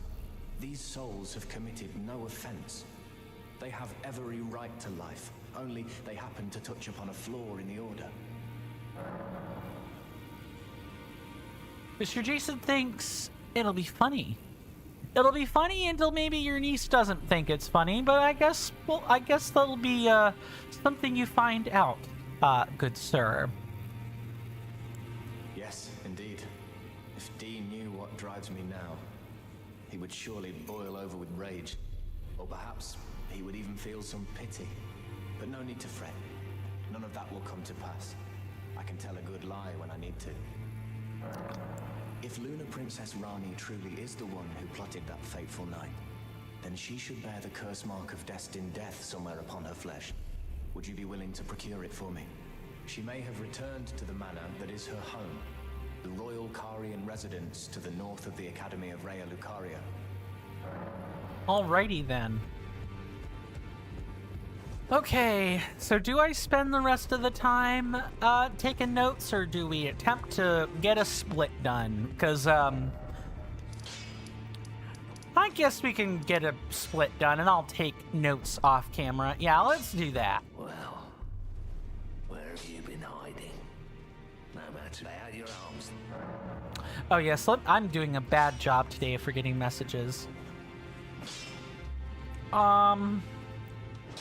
Read previous when you get the time, Mr. Coin.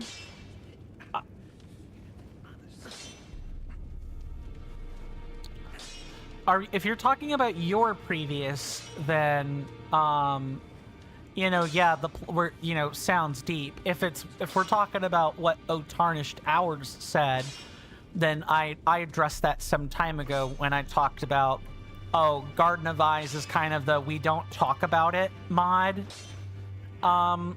In the Elden Ring, Reforged, or other Discords circle, we just don't talk about it.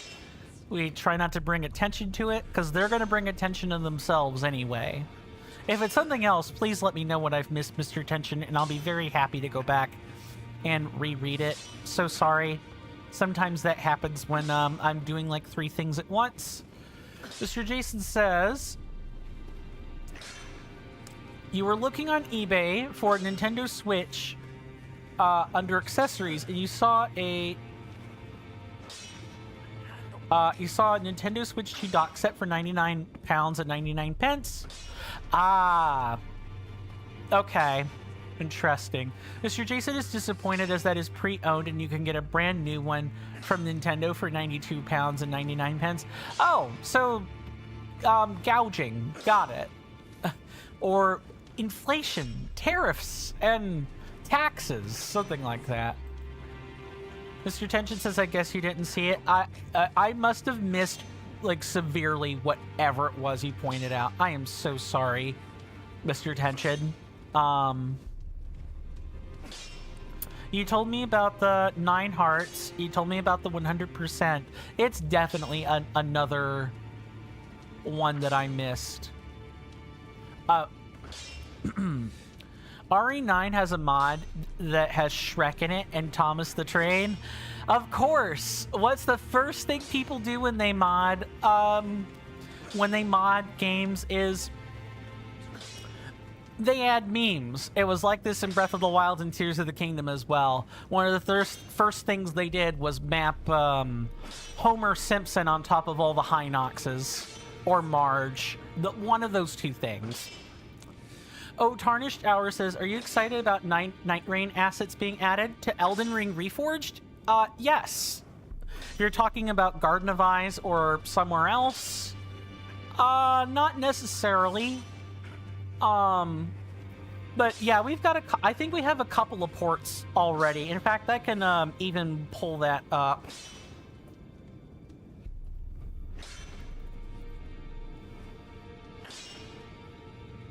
There's a custom boss, and I think a couple of custom moves as well. Let me find it.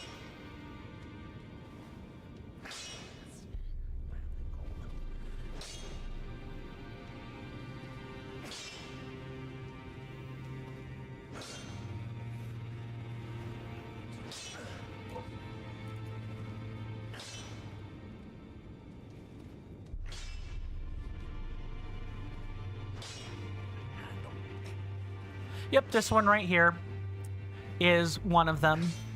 This one I know is in Night Rain, and it's like a very interesting boss in that 3 or more people generally have a problem with it. Mr. Jason says, you see, Mr. Coin, if you bought a Nintendo Switch AC adapter, you could, in theory, put a whole Nintendo Switch dock set in your mom's room where your nieces stay, and then the eldest niece has a spare dock for her Nintendo Switch. Oh, I see what you're saying. Yeah, that makes sense. Mr. Tension says, nah, it's okay. That's super cool, Mr. Coin. Yeah, I know. This thing is, interesting to look at. I thought it was a frog until I realized that's the horns are being wrapped around something. Those aren't its eyes. Its eyes are like right here where my mouse cursor is. These things here are not eyes. They're something else. Although no, because they're elsewhere too. These are like eyes of a different sort, I think.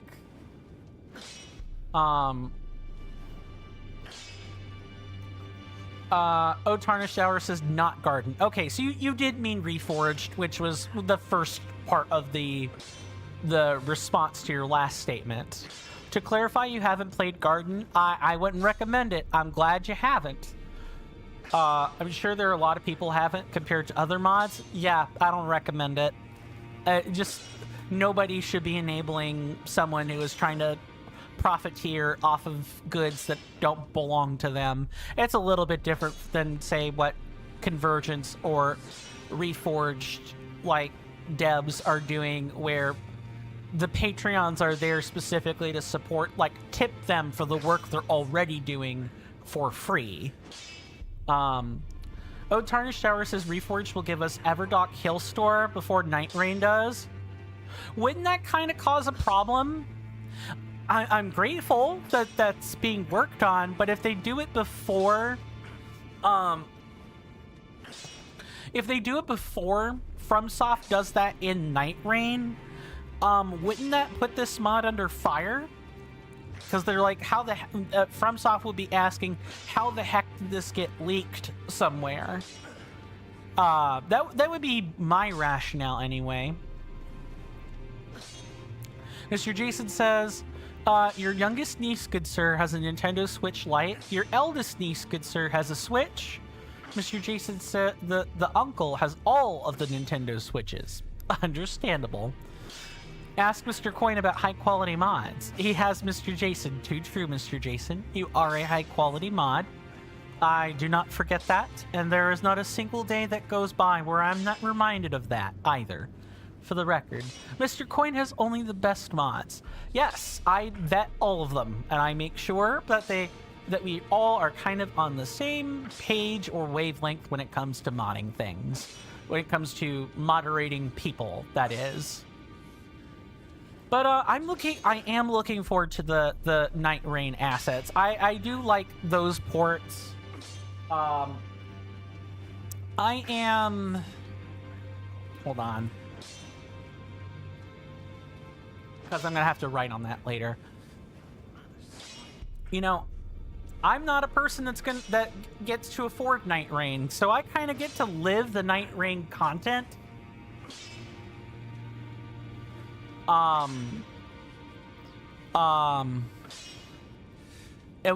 Whatever Night Rain ports do make it into Elden Ring, I get to live that. I don't get to live that through Night Rain itself. I just lack the cash. I'm trying to spend it on other things and get out of this rut that I'm in more than anything. Oh, Tarnished Hours says, just a joke. Not truly sure they will actually give Hailstar and Everdark. Oh, Everdark is the variant. Okay. I need to watch more Night Rain, is what's gotta happen. I need to find someone who's doing an LP of Night Rain. I know of a guy that does that, but I would like some more guys to give me a different perspective. Maybe I would like a person who's a little bit less politically charged during Night Rain content, is what I would say. Mr. Jason says, indeed, good sir. That is one of a litany of things that Mr. Jason, and when he chooses to, Mr. Rasby, remind you about. Too true. Too true. There are lots of things I'm reminded of, including the rhomboid room as well. Lots of things. Definitely buffing these, and I have 1-4. Yeah, give those to Demi-Human Ashes. Okay, cool. And if I focus, I will probably have time to at least get in here. Ah, yes, that. The square area, the rhomboid room, the parallelogram parlor.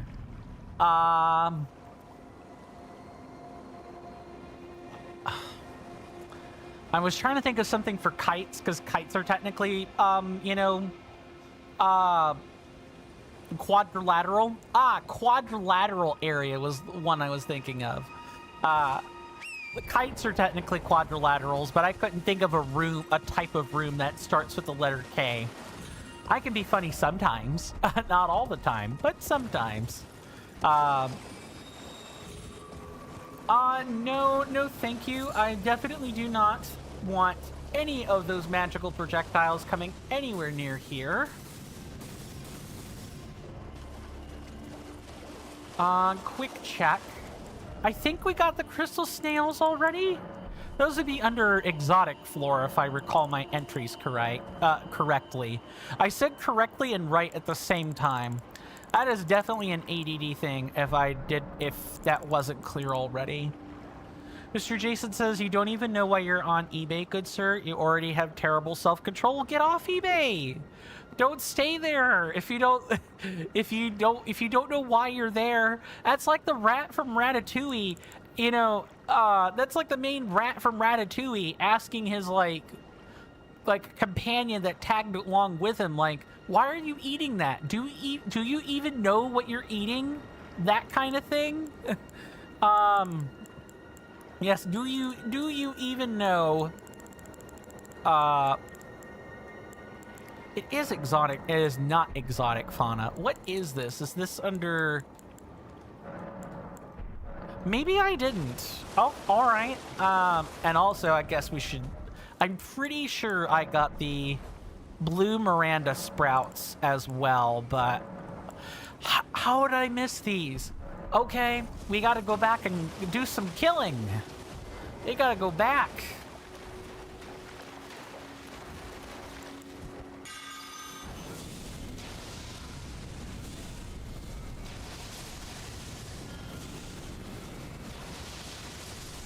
Nice, let's not get poisoned though. Mr. Jason says you've just noticed the stream time, good sir, but then you were too focused on the fine gentleman in the top right-hand corner. I appreciate that, good sir. If you need to head out, that's totally fine. You know, do have a wonderful weekend, Mr. Jason, and I do hope I get to see you, you know, sooner rather than later. If you're not leaving yet, you know, disregard what I said for right this second, but okay, I know there's a crystal snail right here. Or no, maybe it's this next set of crystals actually, now that I'm thinking on it. Yeah, there it is, right there.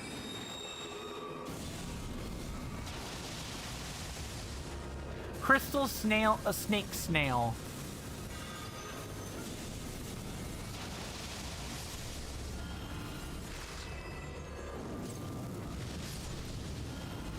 And then is this a this is a witch blossom.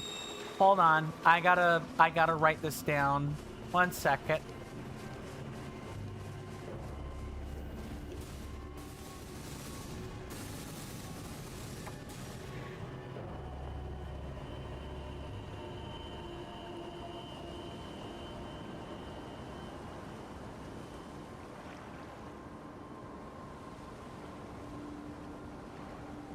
Oh, and also should make sure this is turned on as well. Mr. Jason says, you see, good sir, you have issues. You once spent 200 pounds in a single weekend. Yeah, you sound like I have an IRL friend that's like that. He could be a very compulsive spender. Oh, Tarnished Hours, I'll mirror your question back at you. If you don't mind. What do you think about the Night Rain content? Are you excited to have Night Rain ports in Reforged? I'm generally excited, even if I do worry about the joke. I hope the joke that you told earlier does not become real, but I'm hoping everybody's excited. Oh, would you like to come back this way, Mr. Snake Snail?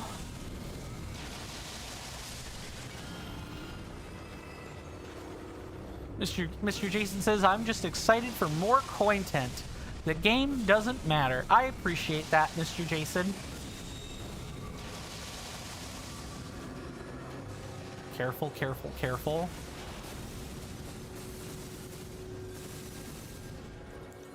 Actually, I could put Magic Fort here.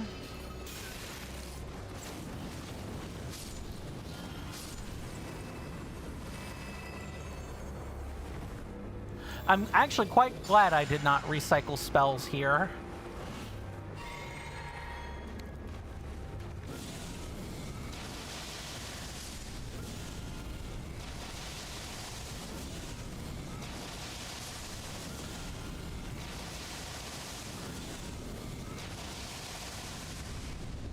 Nice! And now we just do a couple black flames to like clear it out.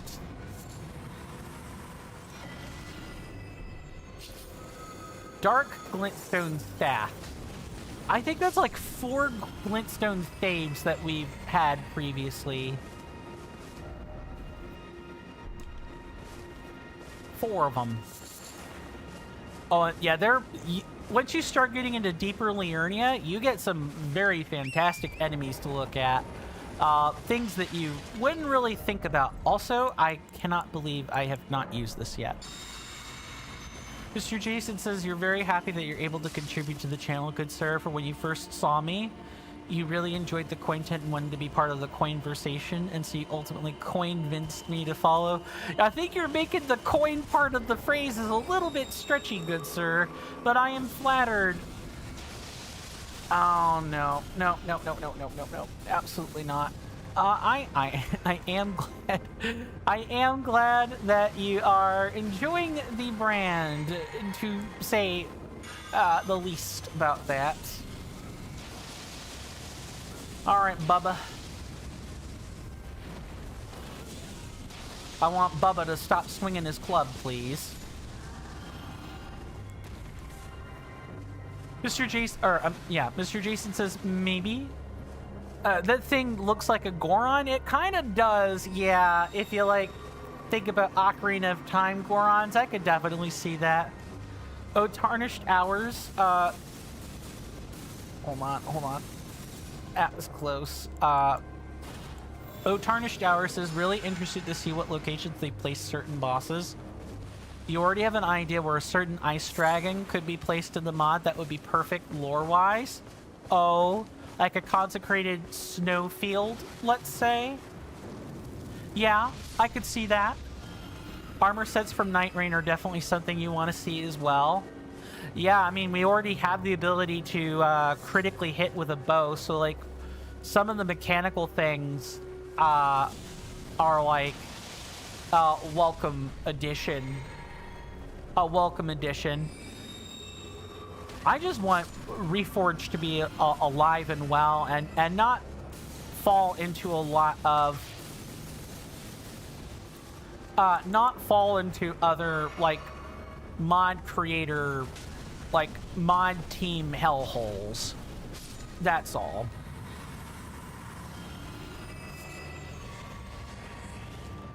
Okay, I've got that on lock pretty much. Finding rune pieces in this is a real quagmire. I don't like hunting for them in here.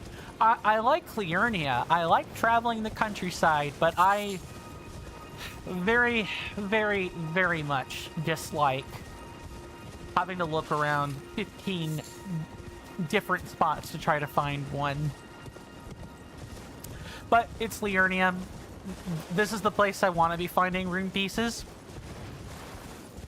I promise you when we get to Caelid, I'm going to be skipping a lot more. Because trying to find rune pieces in Caelid is miserable. Mr. Jason says, but then again, you've established yourself as an enjoyer of the finer things in life. And so, of course, you would have been drawn to me. I'm flattered you think that, Mr. Jason. I have a long way to go before I truly consider myself to be a fine thing. But I am grateful that you think that, good sir. Trust me, my self-esteem would have been in the dumpster already if it weren't for, you know, these past 7 months. Truly.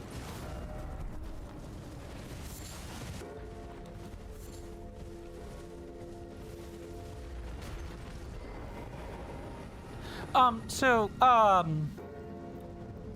Tarnished Hours. Since you've obviously you know a lot about Reforged, you've talked about the additions coming up into it or what could be possible additions. Is there anything about Reforged that you like a lot? Like what your favorite thing about Elden Ring Reforged is? I know for me it's just the mod experience overall feels like Elden Ring has like a new lease on life, while also not feeling too unfamiliar at the same time. Whereas I cannot say the same about the Convergence, although I think the Convergence is also a fantastic mod. Like, they're different strokes for different folks. And I like that the Elden Ring modding community has lots of things to choose from. Mr. Jason says, putting aside the compliments though, good sir, you generally live a good, positive, if sheltered, life with very few, if any, worries, so you're fortunate enough where you could make other people understand that they are also worthwhile. I appreciate that. Especially in a time period where I feel more existential shame and internal shame than ever, when I feel like my entire life has been curated for me by elites that don't care about me, or, you know, the virtues that they have espoused were fake. I think that's just what's been the most off-putting so far about these dark times is just how fake it all feels, how engineered it all feels. Now that I know some of it is engineered, I can't help but spot that elsewhere, and so life feels not worth it. It feels not worth it. Because part of zest of life is the adventure, the experience, I'm seeing something and I get to form a decision on it. I get to determine what my view on this is. The self-determination and the sovereignty are another huge aspect of life. And that worldview has just shattered. Mr. Jason says, I'm sure that you have more. I have a handful, but even then, that handful does eventually dwindle down by the year, by the decade. But even if you only have two true friends, it will always be you and Miss Carly. Always. I'd like to hear that from her mouth, but I'm glad that you're professing that for yourself. Mr. Jason, thank you. Okay, so normally I stream from 1 p.m. to 5 p.m. Eastern Standard Time, so this is about the time where I would call the stream for the day. And I take weekends off. I will try to get some content, as well as vlog number 8. I'll try to get all that out by Saturday evening. Ideally before I go hang out with friends. If you guys like my content, and you haven't done this already, please do consider subscribing if you're on YouTube, following if you're on Twitch or Kick, and if you are on YouTube, consider leaving a like or checking the description to find the link tree and join my Discord. I'd love to have you, outside of Discord doing, secretive evil things, of course. I can't force people to join. But I have worked bloody hard on, my Discord space. We do talk about stuff in there. We vote on things. We have a running vote item right now, as a matter of fact, about, whether or not we're going to run some more after we do a real run. And if so, what kind of run that is. And one person has voted already. I would love to see a lot of people vote on the next run. We have 5 or 6 different flavors of run to choose from. Mr. Jason says, you agree, good sir? You've worked so hard on your Discord that it feels like a day job. It is kind of like that, yes. Less janitorial than Reddit, anyway. You guys know the algorithmic things to do. As for other places to find my link tree, I will link that for the folks in Kick now. For you guys on Twitch, it'll be underneath the video player on Twitch, where the socials are. There should be a link tree link. Feel free to click on that, and there will be an icon in the top middle of the screen that has that should look like a Discord icon. Do feel free to click on that. It'll take you right to my server. I'd love to have you.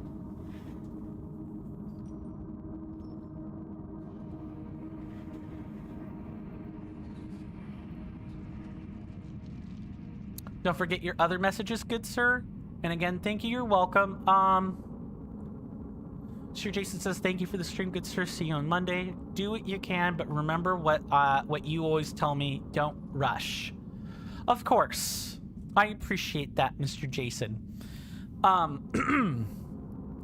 That said, my name is Coin. This has been another session of Elden Ring Reforged. Deathless. All content. Fire spells only. Routing is very important. I say that word, or people think it's a real run.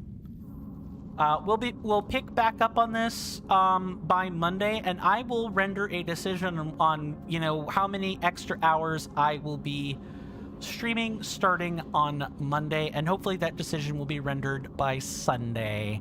I'll try to get a notice out about that.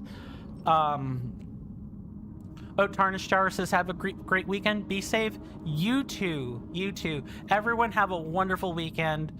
You guys are welcome amidst any of my hallowed halls. Anytime. Do stay safe. Do take care of yourselves. I'll see you guys on Monday. And with that, goodbye.